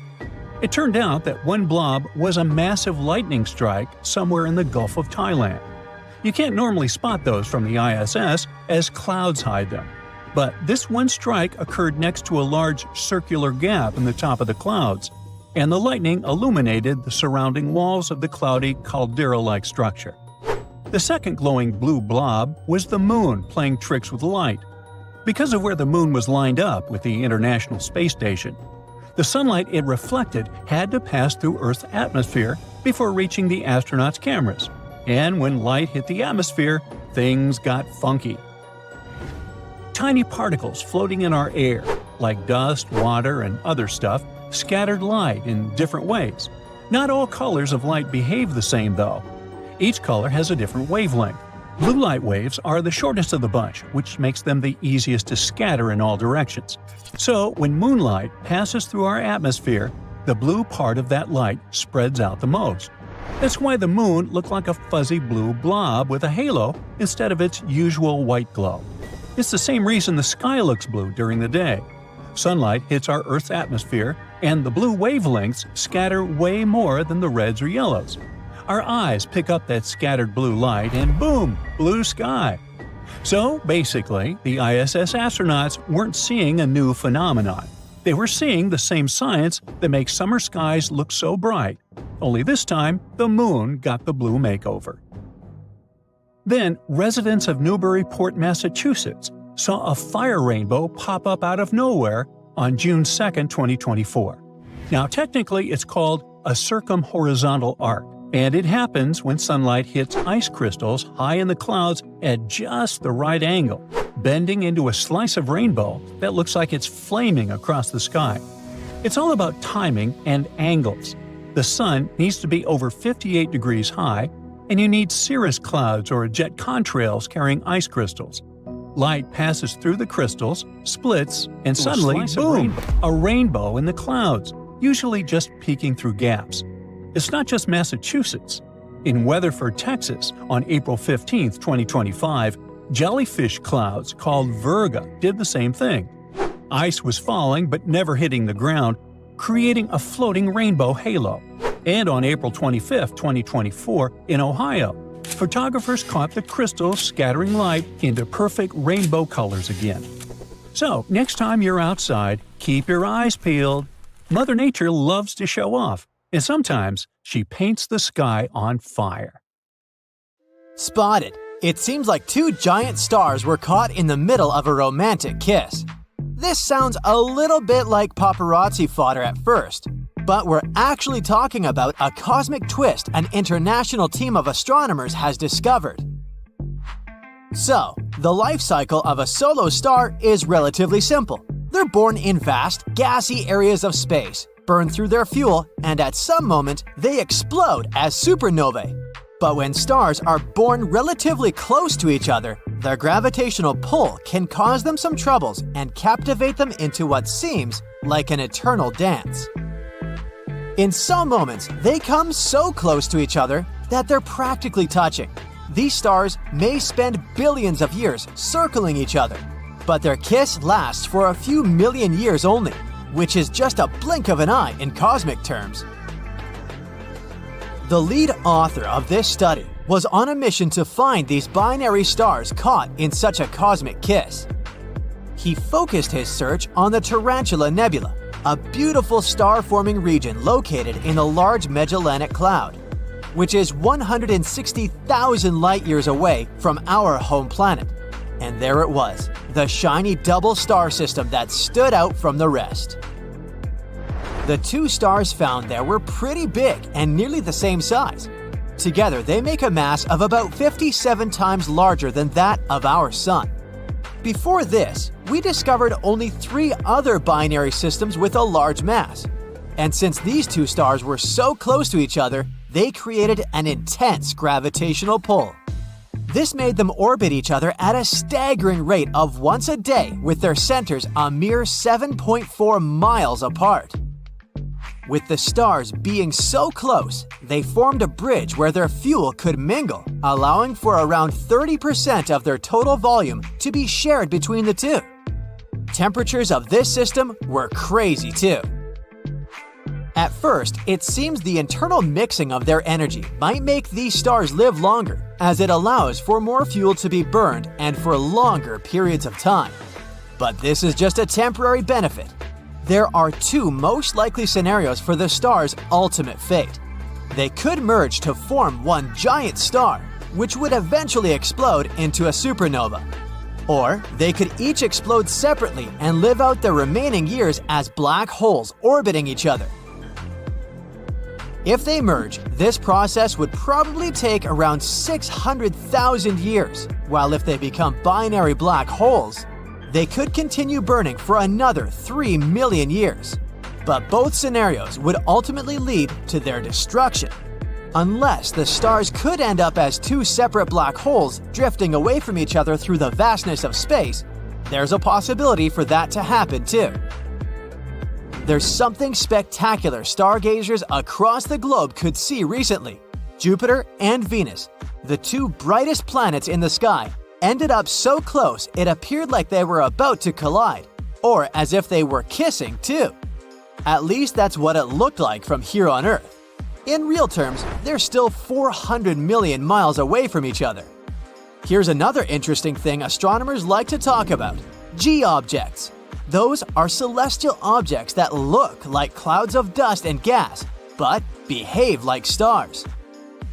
At the center of our galaxy, there's a supermassive black hole. It's 4 million times the mass of our Sun, and recently, scientists found out there are 2 mysterious G-objects that hang out pretty close to that black hole, so-called G1 and G2. And the most probable theory is that G2 are 2 stars that were orbiting the black hole in tandem and merged into an extremely large star cloaked in unusually thick gas and dust. During G2's closest approach to the black hole, it showed a strange signature. It was elongated, and much of its gas was torn apart. As it got closer to the black hole, it lost its outer shell, and now it's getting more compact again. The thing that has everyone excited about the G-objects is the material that gets pulled off of them by tidal forces as they sweep by the central black hole. This material must inevitably fall into the black hole, and the result is an impressive fireworks show. This happens because the material eaten by the black hole will heat up and emit radiation before it disappears across the event horizon. An event horizon is that scary boundary around a black hole from which nothing can escape. Now, it seems scientists have discovered 4 more G objects, and they're all located within 0.13 light-years of this black hole. And it could be that all of the 6 objects used to be binary stars that got together and merged because of the powerful gravity of this giant black hole. Usually, it takes over 1 million years to finish the merging process between 2 stars. We definitely want more G objects because it's one of the rare opportunities for us to study how things behave near a supermassive black hole without being swallowed. Yet. Have you heard of variable stars? Look up at the sky. We often think of the stars as unchanging, eternal lights. Yes, some stars might appear constant, but others change in brightness over time, which is why we call them variable stars. Some of them dim and brighten again over days, months, or even years. We can't see it with the naked eye. We're talking about changes astronomers can only notice using equipment and over longer periods. And how about vampire stars? Imagine 2 stars, a red giant and a white dwarf, in a binary system, swirling around each other like cosmic ballet dancers. The red giant, which used to be a vibrant and fiery star, now has aged and grown tired. Its outer layers of hydrogen, which were once held tightly by its gravity, have now weakened, making it vulnerable to the smaller, denser white dwarf. The white dwarf, known as the vampire star, thirsts for the hydrogen fuel that its larger sibling holds, and it sees a great chance there. As they spin together, the vampire star uses its powerful gravitational force to steal the hydrogen from the red giant's outer layers. The vampire star glows with a blue hue, looking full of energy and more youthful and vibrant than its aged dancing partner. Not only vampire stars, the horror continues with zombie stars too. Sometimes when the red giant explodes, it doesn't completely break up into smaller pieces. Instead, a white dwarf remnant is left behind. It's basically a zombie star that was gone at the moment, but has risen back to life. But this isn't your average zombie, hungry for brains. No, this star hungers for the very substance that its vampire sibling had been taking from it all along, hydrogen. And if the zombie star is close enough to its victim, it will start sucking material back in to start its core again. It will become a hydrogen explosive, ready to go boom in a spectacular show of cosmic revenge. It's a fascinating phenomenon. We usually won't even manage to detect it because these explosions are much fainter than the usual supernovas. But when it does happen, the resulting blast is truly epic. And it destroys both the vampire star and its zombie sibling. It seems vampires and zombies may not be a work of fiction after all. Not only are we made of stardust, but we're also more similar to stars than we thought too. For example, stars also like to hang out with their close group of friends. Most stars prefer to travel through the universe in clusters. It's a group of stars that end up bound together by gravitational force. The stars in the cluster are mostly made of the same age and type, hobbies, and interests. I guess even they have better social lives than I do. Locating the North Star is quite easy on a clear night. The only thing you need to do is find the Big Dipper. Those 2 stars on the end of the Dipper's cup point the way to the North Star. See? It's the tip of the handle of the Little Dipper, or the tail of the Little Bear. It's in the constellation Ursa Minor, over there. People have been watching the North Star for centuries. This bright star is also known as Polaris. It's situated almost directly over our planet's North Pole, which makes it a great landmark for a traveler without a compass, or a GPS on their smartphone. It's also Earth's closest Cepheid. That's what we call a star that pulses regularly in brightness and diameter. Polaris is also part of a binary system of 2 stars. It's got a dimmer sister. It's known as Polaris B. You can actually see it circling the North Stars from Earth. But the more astronomers watch Polaris, the less they understand. The problem is, no one can agree on how big or distant the star is. Scientists have several ways to estimate the mass, age, and distance of a star like Polaris. One method is called the stellar evolution method. After studying the brightness, color, and rate of pulsation of a star, experts use this data to figure out how big or bright it is, as well as what stage of life it's in. Once these details are clear, it's not hard to find out how far a star actually is. It's simple math once you know the luminosity of a star in real life and how dim it looks from our planet.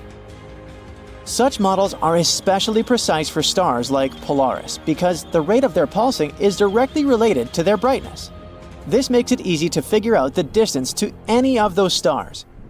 Astronomers trust this method so much that Cepheids have become an important tool for measuring distances all across the universe. At the same time, there are other ways to study the North Star, and they don't agree with the stellar evolution models. Polaris is a so-called astrometric binary. It means you can see its companion going around it. It looks as if a circle is being drawn around the bigger star. To complete one orbit, the smaller star needs around 26 years. Even though astronomers haven't made detailed observations of Polaris B's full circuit, they've seen enough to know what its orbit looks like. Using this information, one can apply Newton's laws of gravity to calculate the masses of the 2 stars. Combined with the Hubble Space Telescope's new measurements, these calculations lead to very precise numbers. Polaris is supposed to be around 3.45 times the mass of the Sun, but that's much less than the mass you get from stellar evolution models. They suggest a value of almost 7 times the mass of the Sun. But there's another reason why this star system is weird. After calculating the ages of the stars, researchers concluded that Polaris B is much older than its bigger sibling, but it's extremely unusual for a binary system. Normally, both stars are of the same age. One explanation might be that at least one of the measurements is simply wrong. After all, Polaris is a difficult star to study. Since it's positioned above our planet's North Pole, it's outside the field of view of most telescopes. As for those telescopes that do have the needed equipment for measuring the star's properties precisely, they're typically used for studying much more distant and fainter stars. Polaris is simply too bright for such instruments. It blinds them. There's a theory that the main star of the Polaris system was once 2 stars, but they collided a few million years ago. Such a binary collision could rejuvenate stars by pulling in extra material and making the stars look as if they went through the fountain of youth. It would also explain some other oddities, since stars that appear as a result of binary collisions don't fit stellar evolution models. Unfortunately, so far, none of the theories have been confirmed. The North Star is actually a big deal. Earth is spinning non-stop, which causes the sun to rise and set and stars to travel across the sky. Our planet is also tilted. That's why we have seasons. If we drew a line through the axis Earth spins around and extended it over 300 light-years past the North Pole, at the end of that imaginary line, there would be the North Star. It stays almost exactly at the same spot in the sky at all times, and always points the way north. It's really important for navigation. People heavily relied on it in the days before GPS. If you were standing on the equator, Polaris would be right at the horizon. At the North Pole, it would seem to be right over your head. In other words, using the star's height in the sky, you can not only figure out the needed direction, but also understand where you are on Earth. Curiously, there's no South Star. There isn't a bright enough star right above the South Pole, but one day we might get such a star. When you spin a top on the table, its end moves in a circle. We know this phenomenon as precession. Earth behaves in the same way, and the North and South poles won't always point towards the same spots in the sky.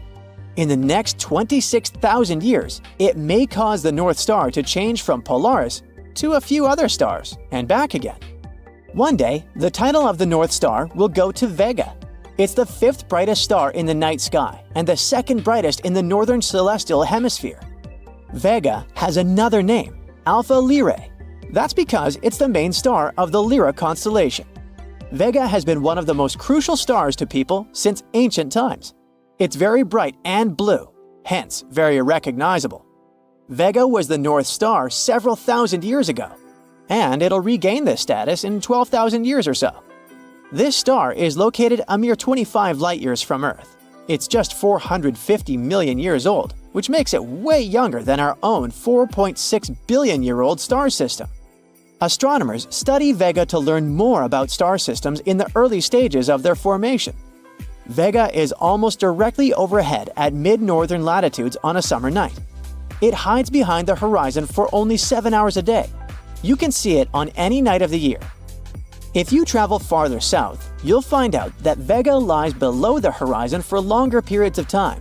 But in Alaska, northern Canada, and some parts of Europe, Vega never sets. Vega's blue-white light is bright enough to be featured a lot in ancient cultures, from the Chinese to the Polynesians to the Hindus. Vega's name can also be translated as falling or swooping. This is a reference to the times when people regarded this constellation as a swooping vulture, not a Lyre. Vega was also the first star to get photographed, other than the Sun, of course. To do it, astronomers at Harvard College Observatory used a 15-inch refractor, and it happened again in 1850. Around 2 decades later, an amateur astronomer broke down Vega's light to reveal various elements making up the star. In 2006, thanks to telescopic observations, scientists found out that Vega was whipping around so fast that its poles were several thousand degrees warmer than its equator. The star rotates every 12.5 hours and is at 90% of its critical rotation speed. That's the velocity at which an object can tear itself apart. In 2013, researchers announced that they had discovered an asteroid belt around Vega. It means there might be planets somewhere out there among space rocks. There are 2 areas, an outer region that contains icy asteroids and an inner region with warmer space rocks. Scientists can examine bright stars like Vega using NASA's mission called TESS, which stands for Transiting Exoplanet Survey Satellite. It was launched in 2018 to conduct an all-sky survey. The main goal of this mission is to search for exoplanets, but the satellite can also look for star variability. By examining such stars as Vega, TESS can help scientists learn more about the early stages of star evolution. Right after its creation, the cosmos was shrouded in darkness. I mean, I wasn't there, but that's what most scientists are thinking. All of the stars were hidden behind a thick cloud of primordial gases. Then, all of a sudden, something cleared up this fog, and the universe started shining as it finally woke up. But how did this happen? 8 faint, recently discovered galaxies might hold the answer. The Big Bang created our world around 13.8 billion years ago. At first, it was just a super hot and chaotic boiling soup of particles. But over time, things cooled down, and particles could finally stick to each other. That's how the atoms appeared. Some helium, but mostly hydrogen, the very first element. And these first elements started creating thick gas clouds, which were very opaque. Then the first stars started forming. They were incredibly bright, emitting lots of light, including ultraviolet radiation. But even though these stars were shining, much of their light couldn't travel far because of that nasty hydrogen fog. The gas clouds absorbed and scattered any little light particles around. It was like the light was trapped around the stars. The Dark Ages lasted for hundreds of millions of years. Then, everything changed. Recently, the James Webb Space Telescope has spotted ancient dwarf galaxies from that epoch. Turns out, they're the ones we should be thanking for lighting up the universe. Back then, they were filled with early stars. These stars emitted tons of radiation that was so powerful that it managed not to just overcome, but break apart the hydrogen atoms in the fog. It turned them into charged particles, like particles that carry a little bit of electricity called ions. Little by little, the fog was cleared away. This process of clearing out the fog is called reionization, and this beautiful time is known as the epoch of reionization. Finally, the light was able to travel to all corners of the universe, which was a game-changer, just like humans' Age of Enlightenment. To find these little igniters, astronomers used a technique called gravitational lensing. Imagine light traveling through space like a straight beam. But just like everything in our world, even time, light obeys gravity. If it's too strong, it'll literally bend the light beams. So when the beams pass near a massive object, the object's gravity pulls on them, curling and twisting their path. That's why black holes look so creepy, as they stretch stars and space around them like some whirlpools. But it's not that creepy. A regular glass or magnifying glass does something similar, hence the name gravitational lensing. When the lensing object is horrifyingly massive, it bends the light into multiple images of the same object, creating a creepy and mesmerizing structure called an Einstein ring.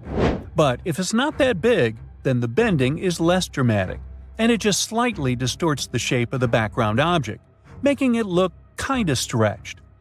Gravitational lensing also helps scientists study things like the spooky dark matter. If the light looks stretched, and it's not just because of some obvious massive objects nearby, then it might be something invisible and heavy bending it. Since these 8 galaxies were too faint, no wonder they're almost as old as my unread emails.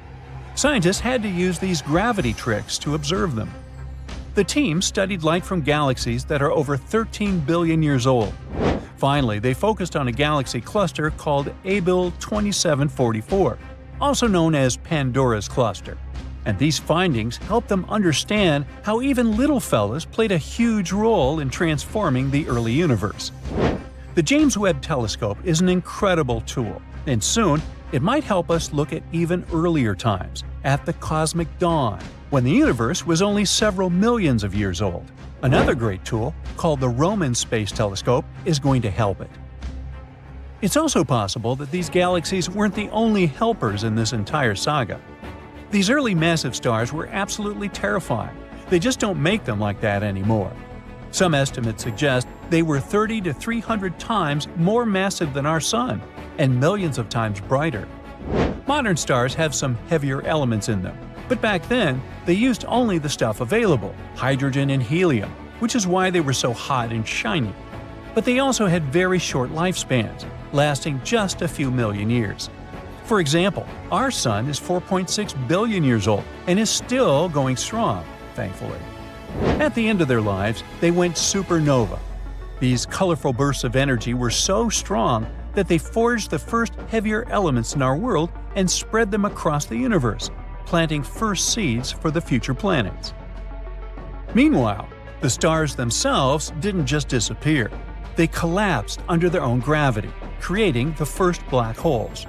Now, the black holes are also known for producing insane amounts of radiation, so it's possible that they might have helped speed up the clearing of the fog. Ironically, they help the universe shine brighter while sucking up the light at the same time. Recent discoveries show that black holes might be much older than we used to believe. They probably helped new stars and galaxies form. They were millions or even billions of times the mass of the Sun. The James Webb Telescope has already found a pair of early quasars. That's what we call the bright centers of galaxies powered by supermassive black holes. It's a curious pair of quasars that are merging just 900 million years after the Big Bang. This might be the earliest and most distant pair of merging quasars ever found. The telescope has also been studying things that are called cosmic lighthouses. In scientific language, they're pulsars. Pulsars are super-dense remnants of massive stars. They form from stars that were once 4 to 8 times more massive than our Sun. One of the greatest things about them is how fast they spin. They're one of the fastest objects in the universe. They might do around 700 rotations in just 1 second. They got their name because they behave like lighthouses, basically flickering radio waves. These beams of radiation sweep across the sky, creating a pulse-like signal that we detect. Now, a star basically works like this. There's nuclear fusion happening inside of its core. Atoms get fused in each other, move at crazy speeds, bump, all meanwhile releasing an unbelievable amount of energy.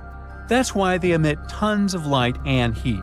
Of course, all this pressure tries to push outward, sweating like crazy to expand a star. The greatest the fusion is, the more powerful and insane the star gets. On the other hand, there's gravity that's pulling inward, trying to compress the star and keep it a nice small dense ball.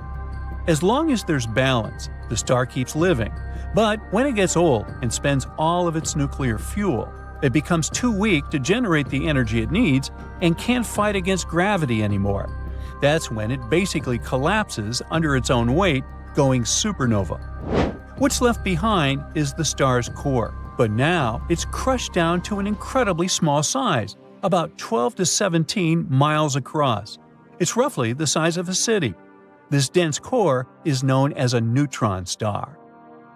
The material in a neutron star is so dense that just a teaspoon of it would weigh as much as 4 billion tons, like 10,000 Empire State Buildings. And all this collapse sets off a trigger, causing the neutron star to spin super fast, creating a pulsar. It's kind of like when an ice skater spins faster when they pull their arms in. Pulsars often have a smaller star friend orbiting them, although it's not always a friendly relationship. Not long ago, astronomers discovered a pulsar that was surrounded by lots of energetic material for some reason. They realized that all this material was the remnants of another much larger star. Turns out, the pulsar had been slowly destroying its friend with its terrifying radiation and particles until it basically ate the neighbor away. It's similar to how a black widow spider consumes its mate. So, systems like this were called black widow pulsars. In any case, these lighthouses most likely help the reionization process as well. A long time ago, they could be very energetic stars in small galaxies and could emit enough radiation to transform the early universe. The James Webb Telescope's mission is to find more of these lighthouses and see what role they played in the universe's evolution. The Earth might be on the verge of a huge change. Scientists have discovered that every 200 million years, comets start raining down on our planet. This comet shower changes how the Earth looks, reshapes the continents, and increases geological activity everywhere. We are in the 20th cycle, which means new transformations are coming soon. Why does Earth have active plate tectonics and continents, unlike any other planet? To learn the truth, geologists decided to check out zircon crystals. We often find these tiny crystals in rock. They're very tough and can survive crazy geological processes that could destroy most other minerals. But they're cool because we can use them to learn how old their rocks are. These crystals have some uranium in them, and it decays into lead over time. By measuring how much uranium decayed in a crystal and how much is left, you can figure out the age of a mineral. So, we can use this trick to learn a lot about the Earth's crust and history. Recently, geologists checked out zircon crystals from two of the Earth's oldest continents and regions, the North American Craton in Greenland and the Pilbara Craton in Western Australia. It turned out that rocks from these continents could tell us what happened to our planet during the Archean Eon, from 2.8 to 3.8 billion years ago. It was a crazy era for our planet, back when magma, rich in elements we've never seen before, pierced the surface and broke out for the first time. This event changed what the land looked like forever. And when scientists studied them, they noticed something else. It looks like there's a cycle where every 200 million years, the Earth starts forming new continental crust for some reason. When they explored this further, they suddenly realized that this might be because of our galaxy. Our solar system is located in the Milky Way galaxy, right here in the Orion Arm. An arm is a place that has tons of stars, gas, and dust. There are many of them in the Milky Way, bigger and smaller ones, and they extend and wind outward, making galaxies look like spirals. We're located in a minor arm, about 27,000 light-years away from the heart of the Milky Way, a horrifying black hole called Sagittarius A star. But our solar system doesn't just stay in one place. It moves at a breakneck speed of 150 miles per second. That's like crossing the Earth 22 times in an hour. Just like planets move around the sun, the solar system rotates around the center of our galaxy. This orbital period is called one galactic year. Objects that are closer to Sagittarius A star move faster. You know, your typical inner lane advantage. But large arms, the ones that are further away from us, are much slower. They move at a speed of about 130 miles per second. That's just some 19 runs around the equator in an hour. Because of this difference, the solar system moves kinda in and out of the galaxy's spiral arms. This is like when fans make a wave in a stadium. This leaves a mark on both the solar system and our planet. There is a vast, distant region around our solar system called the Oort cloud. It's about 4.6 trillion miles away from the Sun, like traveling to the Sun and back 50,000 times. Now, the Oort cloud is filled with comets. You might not know this, but they're way more dangerous to us than regular asteroids. Asteroids come in different sizes and are usually just rocks with some metals. They don't have a glowing gas around them. They just vibe around the Sun in their main asteroid belt, somewhere between Mars and Jupiter. And if the almighty Jupiter with its crazy gravity doesn't stop them, sometimes they come down on us, causing some havoc here and there. But a comet is a small object made mostly of ice and rock. When it gets close to the Sun, it heats up and releases dust and gas. This forms a glowing cloud around it called a coma. This is what we see as a tail as the comet moves, and their consequences are much more extreme. When we complete one galactic year, the icy objects from the Oort cloud are pushed towards all our planets. And when we enter the big spiral arms of our galaxy, the rainstorm begins. Comets are much faster than asteroids. When they hit Earth, they leave huge impacts and leave giant craters. The energy from these impacts can melt huge parts of Earth's crust and mantle. The molten rock then rises to the surface, floating there. As it cools, it solidifies and forms a new crust. Over time, these small pieces of crust can merge and grow larger as more solidified magma attaches to them. Eventually, all this forms big continents. So, once in a galactic year, when comets start hitting Earth more often, they really change the Earth's structure and help create new land masses. Another proof of this is spheroidal beds. This is what we call tiny, round particles created by material thrown out during impacts. When we look at them, they also match the cycle timing. Spheroidal beds on our planets formed exactly when the Earth was crossing the Milky Way's spiral arms, and most of them formed when it was just over 1 billion years old. There are many cycles that influence our planet. For example, the Milankovitch cycles, the ones that tell us how the Earth's orbit and tilt change over time. This affects the planet's climate, but this new 200 million year cycle is a whole new level. We used to believe that continents only formed because of things that happened deep within our planet. And, well, maybe asteroids influence it a little. But now it seems like the continents were born and shaped thanks to the Milky Way itself. Scientists now want to study these ancient deposits to see if it's actually true. If it is, it could mean that we're getting closer to some huge geological activity. The continents might start reshaping again, or even coming together to form a new supercontinent. The continents on our planet look like puzzle pieces that fit very well, like South America and Africa. And that's not a coincidence. Many years ago, they formed one supercontinent called Pangea. Pangea used to be a landmass full of unique creatures, like the giraffe-necked Catastrophic, the toothless Lystrosaurus, and the reptile bird Drepanosaurus.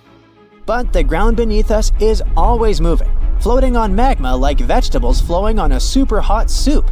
And eventually, Pangea broke apart. However, it wasn't the only supercontinent in our history. This coming together and then breaking apart happens pretty regularly, like with some toxic people. Usually it happens every 200 to 600 million years. So yes, all our current continents will come together again one day. We call it Pangea Proxima, Pangea Ultima, or simply Amasya. It could form during the next galactic year. There are many theories about how it might happen. Africa might merge with Europe, and Australia might move north towards Asia. Life on Pangea 2.0 would be challenging. People would likely have dark skin, hair, and eyes. We would all hang out near the equator and along the coasts because the weather would be nicer and calmer there. The center would be horrifying, hot and dry, filled with deserts. There would be a common language and shared traditions. In general, such an event would really bring us closer together. No pun intended. However, it would also mean that if someone starts fighting, we're all screwed. Also, all the potential health issues might influence everyone on the continent. And let's pray that there won't be any large asteroids this time, or we're definitely doomed. This, of course, the movement of the Earth's crust will lead to a lot of cataclysms. But maybe humans won't even live on Earth by that time.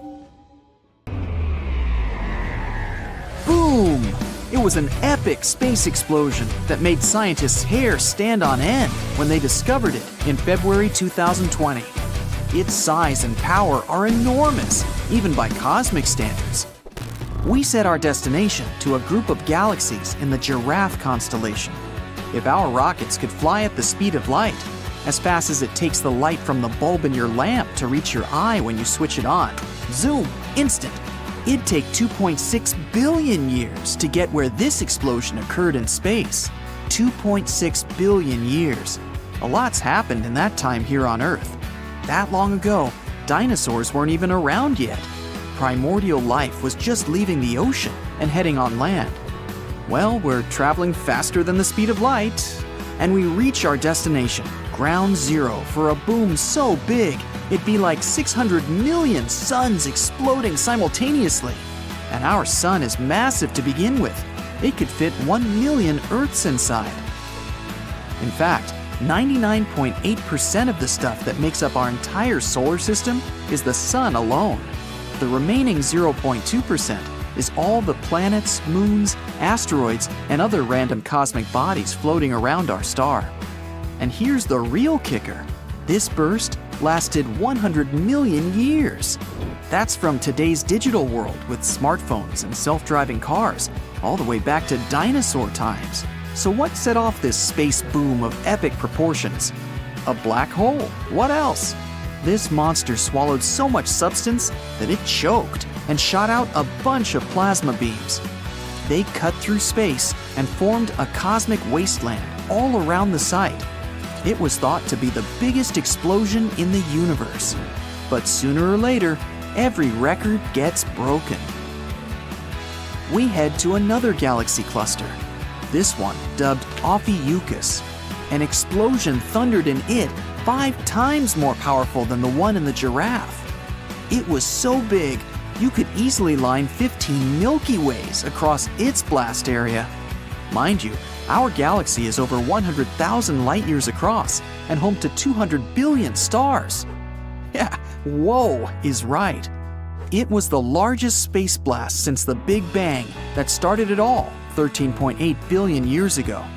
So what was the source of this blast? To answer that, we'll need a simple analogy. Just like on Earth, space sort of has its own megacities. These New Yorks and Tokyos of the cosmos are massive. And that word doesn't even do it justice, but I tried. They're officially called superclusters of galaxies. At the center of the most mega huge ones, you'll find a supermassive black hole. Now, scientists still don't know much about them, but the theory goes that they're essentially a whole bunch of stuff, or matter, that gets squeezed into a teeny tiny point that can't even be measured because it's infinitely small. Yeah, complicated stuff. Think of it this way. It'd be like taking the entire Earth and shrinking it down to the size of a grain of rice. That grain of rice would still weigh the same as the planet. All that stuff would just be really squished together. So more matter equals more gravity, meaning a black hole's pull is unescapably strong. Not even light can get past it, hence the whole black part of its name. Funny thing is, we can't even see them with our eyes. Black holes don't glow or reflect light. They just swallow it up like spaghetti. Ugh, makes me hungry just thinking about it. But back to epic space things that go boom. A supermassive black hole exploded in this Ophiuchus supercluster of galaxies. This monster stopped pulling in everything around it like black holes usually do. Quite the opposite. It started spewing stuff out. A colossal stream of plasma ripped through space almost at the speed of light and broke through a bubble 1.5 million light years across. Every thousandth of a second, it was like 20 billion megatons of TNT went off, and it continued doing that for 240 million years. But now, I draw your attention to the heavyweight of the Milky Way. It's the toughest guy in the galaxy, a supermassive black hole called Sagittarius A-star. The mass of this beast is 4 million times that of the Sun. And you'll like this, it's only 25,000 light years from our home planet. In space terms, this thing is pretty much like our neighbor 2 houses down the street. Wait, don't worry, no need to pack up and move. Our neighbor has given up his old business of shooting hot jets into space. But in 2019, he did make astronomers' hearts skip a beat. Near this Sagittarius A-star, they noticed a flash that was 75 times higher than normal. Their theories: 1. The hole swallowed up part of a star that found itself wandering way too close for comfort. Or 2. A gas cloud crashed into it. After a 14-hour spike in activity, Sagittarius A-star finally calmed down. Phew! But in the past, this giant was quick-tempered and knew how to light space up. 3.5 million years ago, our very ancient ancestors, as in they weren't technically human yet, were already walking across Africa, innocently unaware of a cataclysm happening far off in the sky above them. It looked like a beacon that suddenly turned on and shot out 2 cone-shaped beams. The whole thing was triggered by a hydrogen cloud 100,000 times more massive than the Sun. It came too close, and Sagittarius A-star reacted. Those jets of plasma cut through space for 200,000 light years. They didn't stop for another 300,000 years. That's the snap of a finger on the cosmic scale. But astronomers still find traces of that boom even today. Neutron stars also know how to set off some fierce fireworks. They appear after giant stars run out of fuel and collapse in on themselves.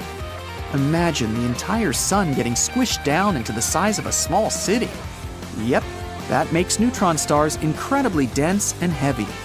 1 teaspoon of their matter weighs around 10 million tons. They spin extremely fast, hundreds of full rotations a second. And for some of them, they shoot out energy beams from the poles, making it look like a cosmic lighthouse. One of the most interesting neutron stars is in the constellation Sagittarius. Like black holes, it has powerful gravity and pulls in tons of matter. This all collects in a massive rotating disk. This particular one was powered by hydrogen from a nearby star. It gulped up its neighbor, taking in so much matter that it started heating up. The result? A gigantic fireball launched from its surface. Astronomers witnessed this on August 20th, 2019. They saw a 20-second flash that lit up space. It was the brightest burst NASA has ever seen. The star spent more energy on it than the Sun produces in over a week. But of course, nothing beats the biggest boom of them all, the one that brought life to our entire universe, according to the most popular theory. But first, a little backstory. Scientists say only 5% of the universe is stars, planets, asteroids, comets, dust clouds, you, me, your chinchilla, all life, basically all the stuff you can see with your own eyes. So what can the remaining 95% be? The mysterious and dubious sounding dark energy and dark matter. In simple terms, they're like the yin and yang of space. Dark matter makes things attract to each other with gravity. It's the glue of our universe, keeping everything together. Dark energy does the opposite. It makes things repel and grow further apart. So the theory goes. And weirdly enough, dark energy makes things grow further apart the farther they are from each other. Scientists can even see this for themselves. The more distant a galaxy is, the more quickly it's moving away from Earth. But those two forces weren't always around. In fact, about 13.8 billion years ago, there wasn't anything around. Everything was condensed into a teeny tiny dot that's infinitely small. Sound familiar? Yep, this mysterious, forever shrinking point is also in the center of black holes, and it's called a singularity. It's where all our fancy science and math breaks down. It's the most puzzling thing out there. But one day, that incredibly dense and hot point started to expand in all directions, and it grew faster than the speed of light, doubling its size 100 times within a fraction of a second. If you want the specifics, it was 100th of a billionth of a trillionth of a second. Yeah. The more time passed, the faster and bigger it grew, and it's been expanding since, like blowing up a balloon that never pops. Scientists called this expansion the Big Bang. What if the sun went boom? Well, you can guess it would be super bad news for us. This was sure a short video, huh? Nah, wait, I have more. If the sun blew up, chaos would ensue in our solar system. But scientists tell us that it will certainly happen one day. But why? How exactly would events unfold? And is it possible for us to somehow survive this event? Hey, let's delve into it. First of all, get ready for a journey to the sun's core. The sun's heart is packed with hydrogen atoms, having an out-of-this-world dance party. These atoms are so excited that they smash into each other with all their might. And when they collide, something magical happens. It's called nuclear fusion. And in this fusion fiesta, the hydrogen atoms combine to form helium atoms, a chemistry experiment on a grand scale. During this nuclear fusion, a teeny bit of mass from the hydrogen atoms is transformed into a massive amount of energy. It's Einstein's famous equation E equals mc squared coming into play. Energy is unleashed in the form of light and heat, radiating outwards to brighten up the entire solar system. And once all these processes get going, a bunch of energized particles called photons join the fun. These photons are like tiny packets of light, bouncing and zipping around in all directions. They play a crucial role in carrying the sun's energy through space, illuminating our world and warming our cozy planet. But to keep all this going, so that atoms don't escape and create complete chaos, the sun's core needs to be under tremendous pressure. This pressure comes from the immense weight of the sun's outer layers pressing down on the core. The outer layers are squeezing the inner core. But the inner layers don't give up. The energy created from fusion and the bustling photon party tries really hard to escape the sun's core. But the core is so dense, like me, and the pressure is so big that the energy takes its sweet time to make its way out. It bounces around, gets absorbed, and re-emitted by other particles.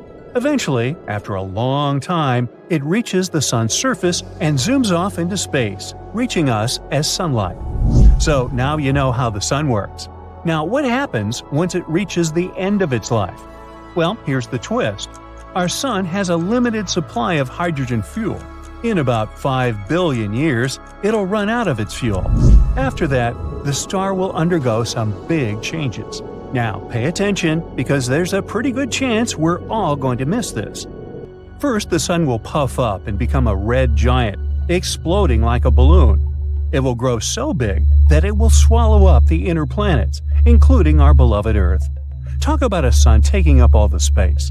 So we won't even see the end of our sun unless we move somewhere further away. After the red giant phase, the sun will shrink a bit. Its outer layers will fade away into space, leaving behind a beautiful planetary nebula. It'll be revealing its glowing core. Ooh! The core, now filled with helium, will start sounding weird. And will start fusing heavier elements like oxygen and carbon. These reactions won't be as energetic, like a party with less dancing and more chill vibes. Eventually, even the helium will be used up, and the Sun will become a compact white dwarf, a stellar retiree enjoying its retirement home. Scientists estimate that the Sun has about 7 to 8 billion years left before it dims its lights. Don't worry though, by that time, humanity might have traveled to far-off galaxies, or maybe even evolved into amazing space beings. So our Sun won't go out with a bang like fireworks. It's not big enough to become a supernova or a black hole. Those stellar superstars need way more mass than our Sun to pull off those cosmic tricks. But what if it blew up very suddenly, just like an abrupt event without any reason? Well, let's see. Imagine this: the Sun goes boom, and Earth is in for a wild ride. The event unleashes an insane amount of energy, sending a shockwave racing through space at the speed of light. It takes about 8 minutes for this shockwave to reach Earth. Why? Well, the Sun is a whopping 93 million miles away from us on average. So it takes a little over 8 minutes and 20 seconds for the Sun's light to travel all that distance and reach us. But let's talk about the event itself. It would be a great sight to witness, but sadly, it would also be the end. Roll credits. The crazy amounts of unleashed energy would cause the Sun to expand rapidly, again swallowing up the inner planets, including our Earth. And that's not all. Brace yourself for a massive burst of radiation. The Sun would unleash a torrent of supercharged particles. We're talking about X-rays and gamma rays, the kind that can seriously mess things up. When these high-energy particles hit the atmosphere, they go wild, causing all sorts of chaos. They ionize the atmosphere, creating a ginormous electromagnetic pulse. This pulse is like a shockwave for electronic devices. It fries them, zaps them, and leaves them useless. So if your gadgets aren't protected, they're in for a rough time. Speaking of rough times, after that, it's instant vaporization for our planet. But the Sun's grand finale just doesn't mess with Earth. It wreaks havoc on the entire solar system. That massive burst of energy would be crashing into everything in its path. Planets and other objects get knocked off of their cozy orbits, causing chaos and unpredictability. The asteroid belt between Mars and Jupiter, kapow! It's gone, obliterated, or scattered to the cosmic winds. And even planets that will survive this event will probably go off their orbits to wander somewhere. And let's not forget about the outer planets, like Jupiter and Saturn. These giants generate their own internal heat, which keeps them cozy and attracts lots of moons. But the Sun's boom would steal their warmth, turning them into incredibly cold places. And now that we've discussed how catastrophic all this would be for everything in our solar system, let's ask the logical question: can humanity make it? The short answer is nope, we wouldn't make it. Everything would be wiped out, except maybe some sneaky bacteria hiding in the shadows. But in a crazy scenario where the Sun gave us a heads up about its plans, we might have a fighting chance. If we knew in advance and had time to prepare, we could get our survival gears turning. So what could we do? Since Earth itself won't survive the Sun's tantrum, we'd have to move somewhere. Remember how we mentioned that not all planets would be completely destroyed? Well, sadly, the ones closest to the Sun, Mercury, Venus, and Earth, would disappear. So the easiest option would be to move to some other solar system with its own Earth-like planet. But what if the Earth somehow managed to survive this catastrophe? Let's not think about how it happened and just discuss the consequences. Well, our climate would go crazy. During the first moments of the Sun's kaboom, the radiation and particles would crank up the temperature big time, like a never-ending heat wave. We're talking major greenhouse effect. The oceans would evaporate, creating thick, fluffy clouds that trap heat and refuse to let it escape into space. And after that, without the Sun's warm embrace, the Earth would quickly become an icy freezer. So we'd have to think outside the box. One idea would be to take shelter deep underground, where we won't be that much affected by radiation and sudden temperature changes. As you dig deeper, the temperature rises. So, with the right tools and resources, humanity could hunker down in fortified bunkers, surviving for a couple of years without the Sun's rays. Why just a couple of years? Well, remember how we said the Sun is a gravity center of our solar system? Without it, Earth would be adrift in search of a new center of gravity. Imagine our planet, our trusty satellite, the Moon, and all the other planets slowly floating away into space. Luckily, our trusty Sun is hanging in there, keeping us warm and shining for many more cosmic adventures to come. So, we're safe for a few billion years. But it's always fun to imagine impossible scenarios. So stay tuned for more what-ifs. Now imagine something so powerful that it could rip the atoms of your body apart in a fraction of a second. Ow! This something is soundlessly dashing through space, not extinct, not alive, stuck in between. If this terrifying monster were moving towards Earth, we'd be doomed. So, is it? Astronomers have found a fast and powerful space object zooming through our home Milky Way galaxy at over 110,000 miles per hour. That's faster than any rocket we've ever made. This bizarre space object got its name of a zombie star, all because it's the leftover part of a star that passed away a long time ago, but is still moving. This zombie star is a kind of an object called a magnetar, a super small, super heavy ball about the size of a city but heavier than the Sun. That makes it one of the densest objects in space. Only black holes are denser. Hey, let's not forget about me, huh?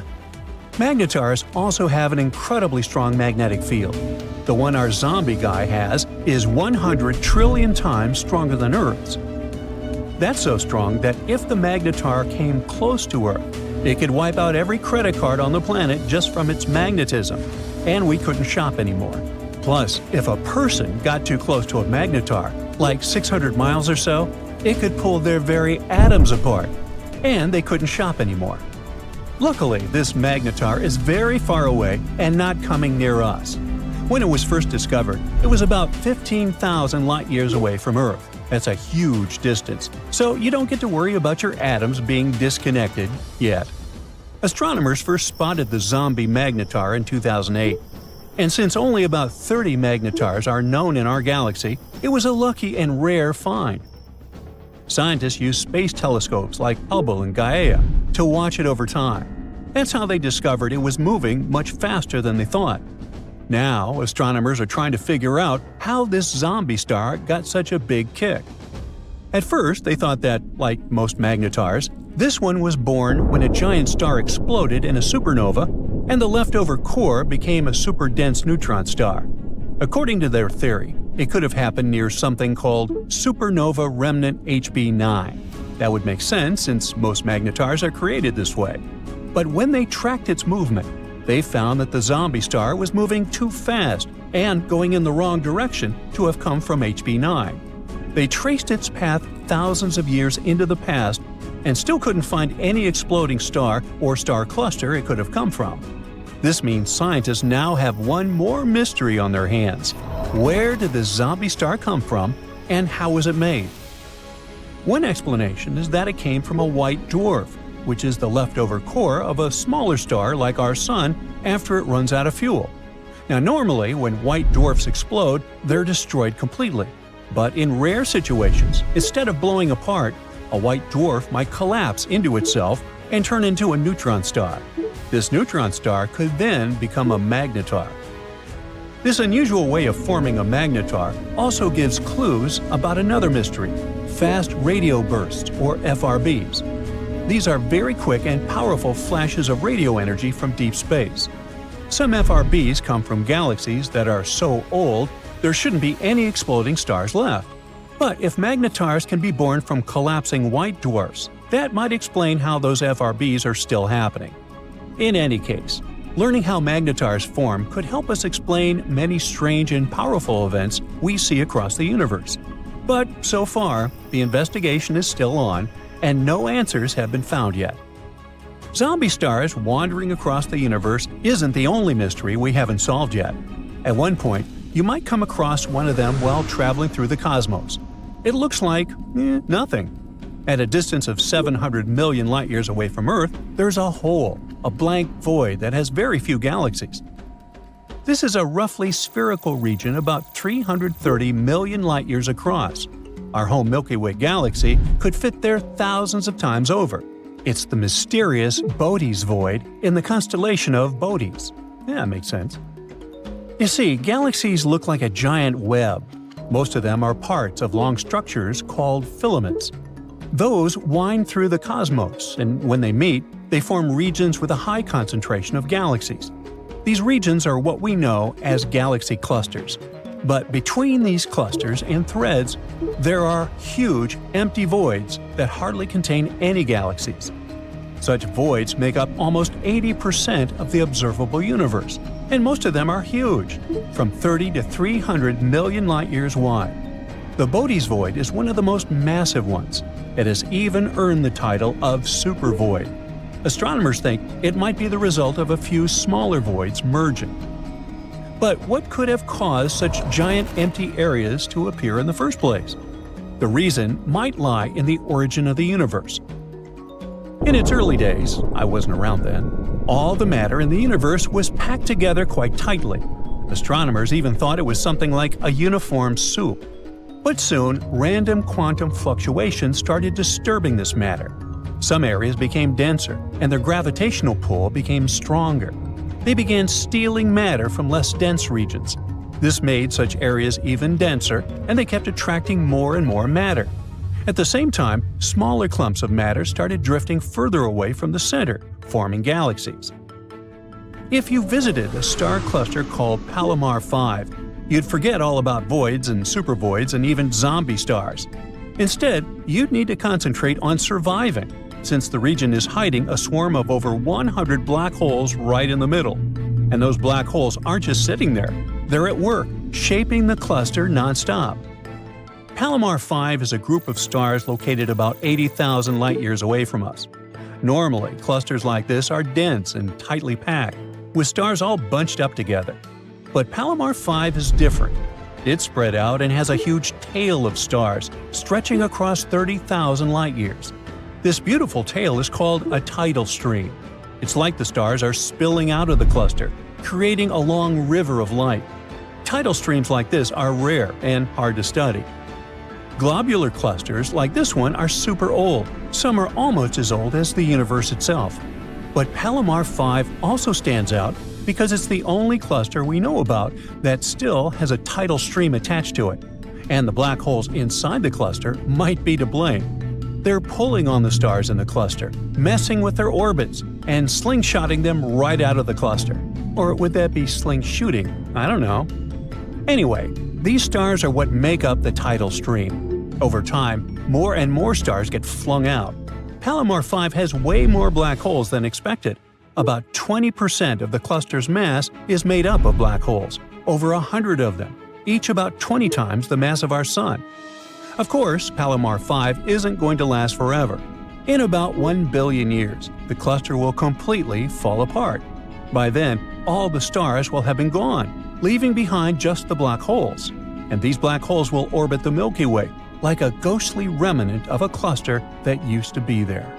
Even though this cluster is creepy enough, there's something even more eerie you can see in space: thick clouds of gas and dust called nebulae.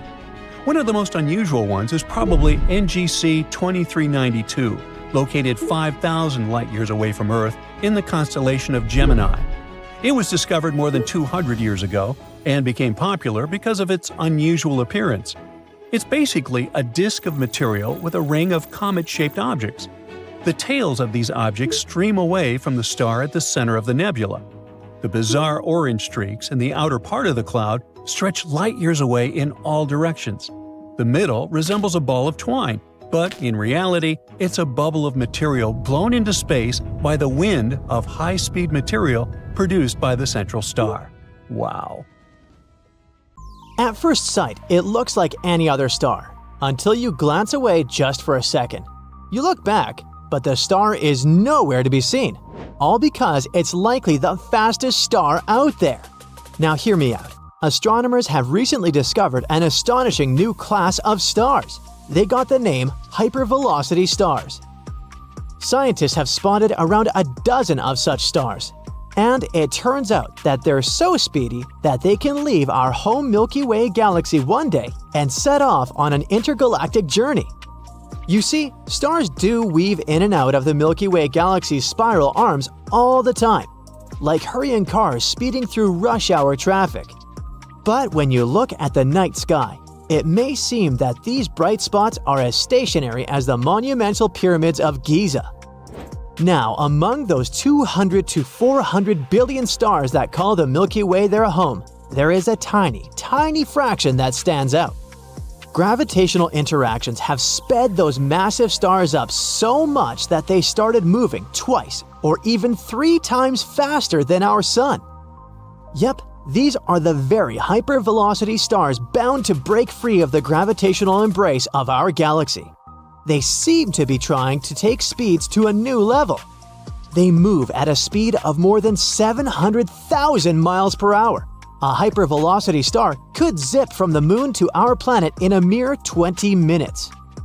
They are solitary stars, very different from previously discovered ones. The original hypervelocity stars are large and blue, and seem to be born in the core of the galaxy. As for the new stars, they're quite small, not bigger than our Sun, and don't seem to come from the galactic center, which is surprising. Instead, they're often caught fleeing youthful clusters. Most hypervelocity stars are in the Milky Way galaxy's outer halo, about 150,000 light-years away from the galactic center.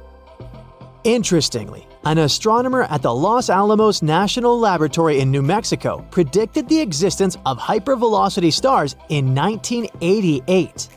But scientists didn't find any of them until 2005. The first star to be spotted was 350,000 light-years away from the core of the Milky Way and moved away from the center of the galaxy at about 1.5 million miles per hour. Astronomers say that it's extremely difficult to kick a star out of the galaxy. One of the most common mechanisms for doing so is some kind of interaction with a supermassive black hole at the galactic core.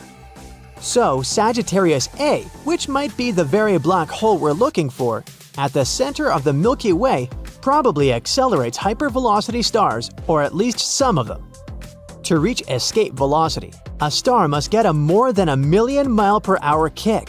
But since the Milky Way's central black hole has a mass of 4 million suns, it has enough power to produce something like that. The most typical scenario involves a binary pair of stars.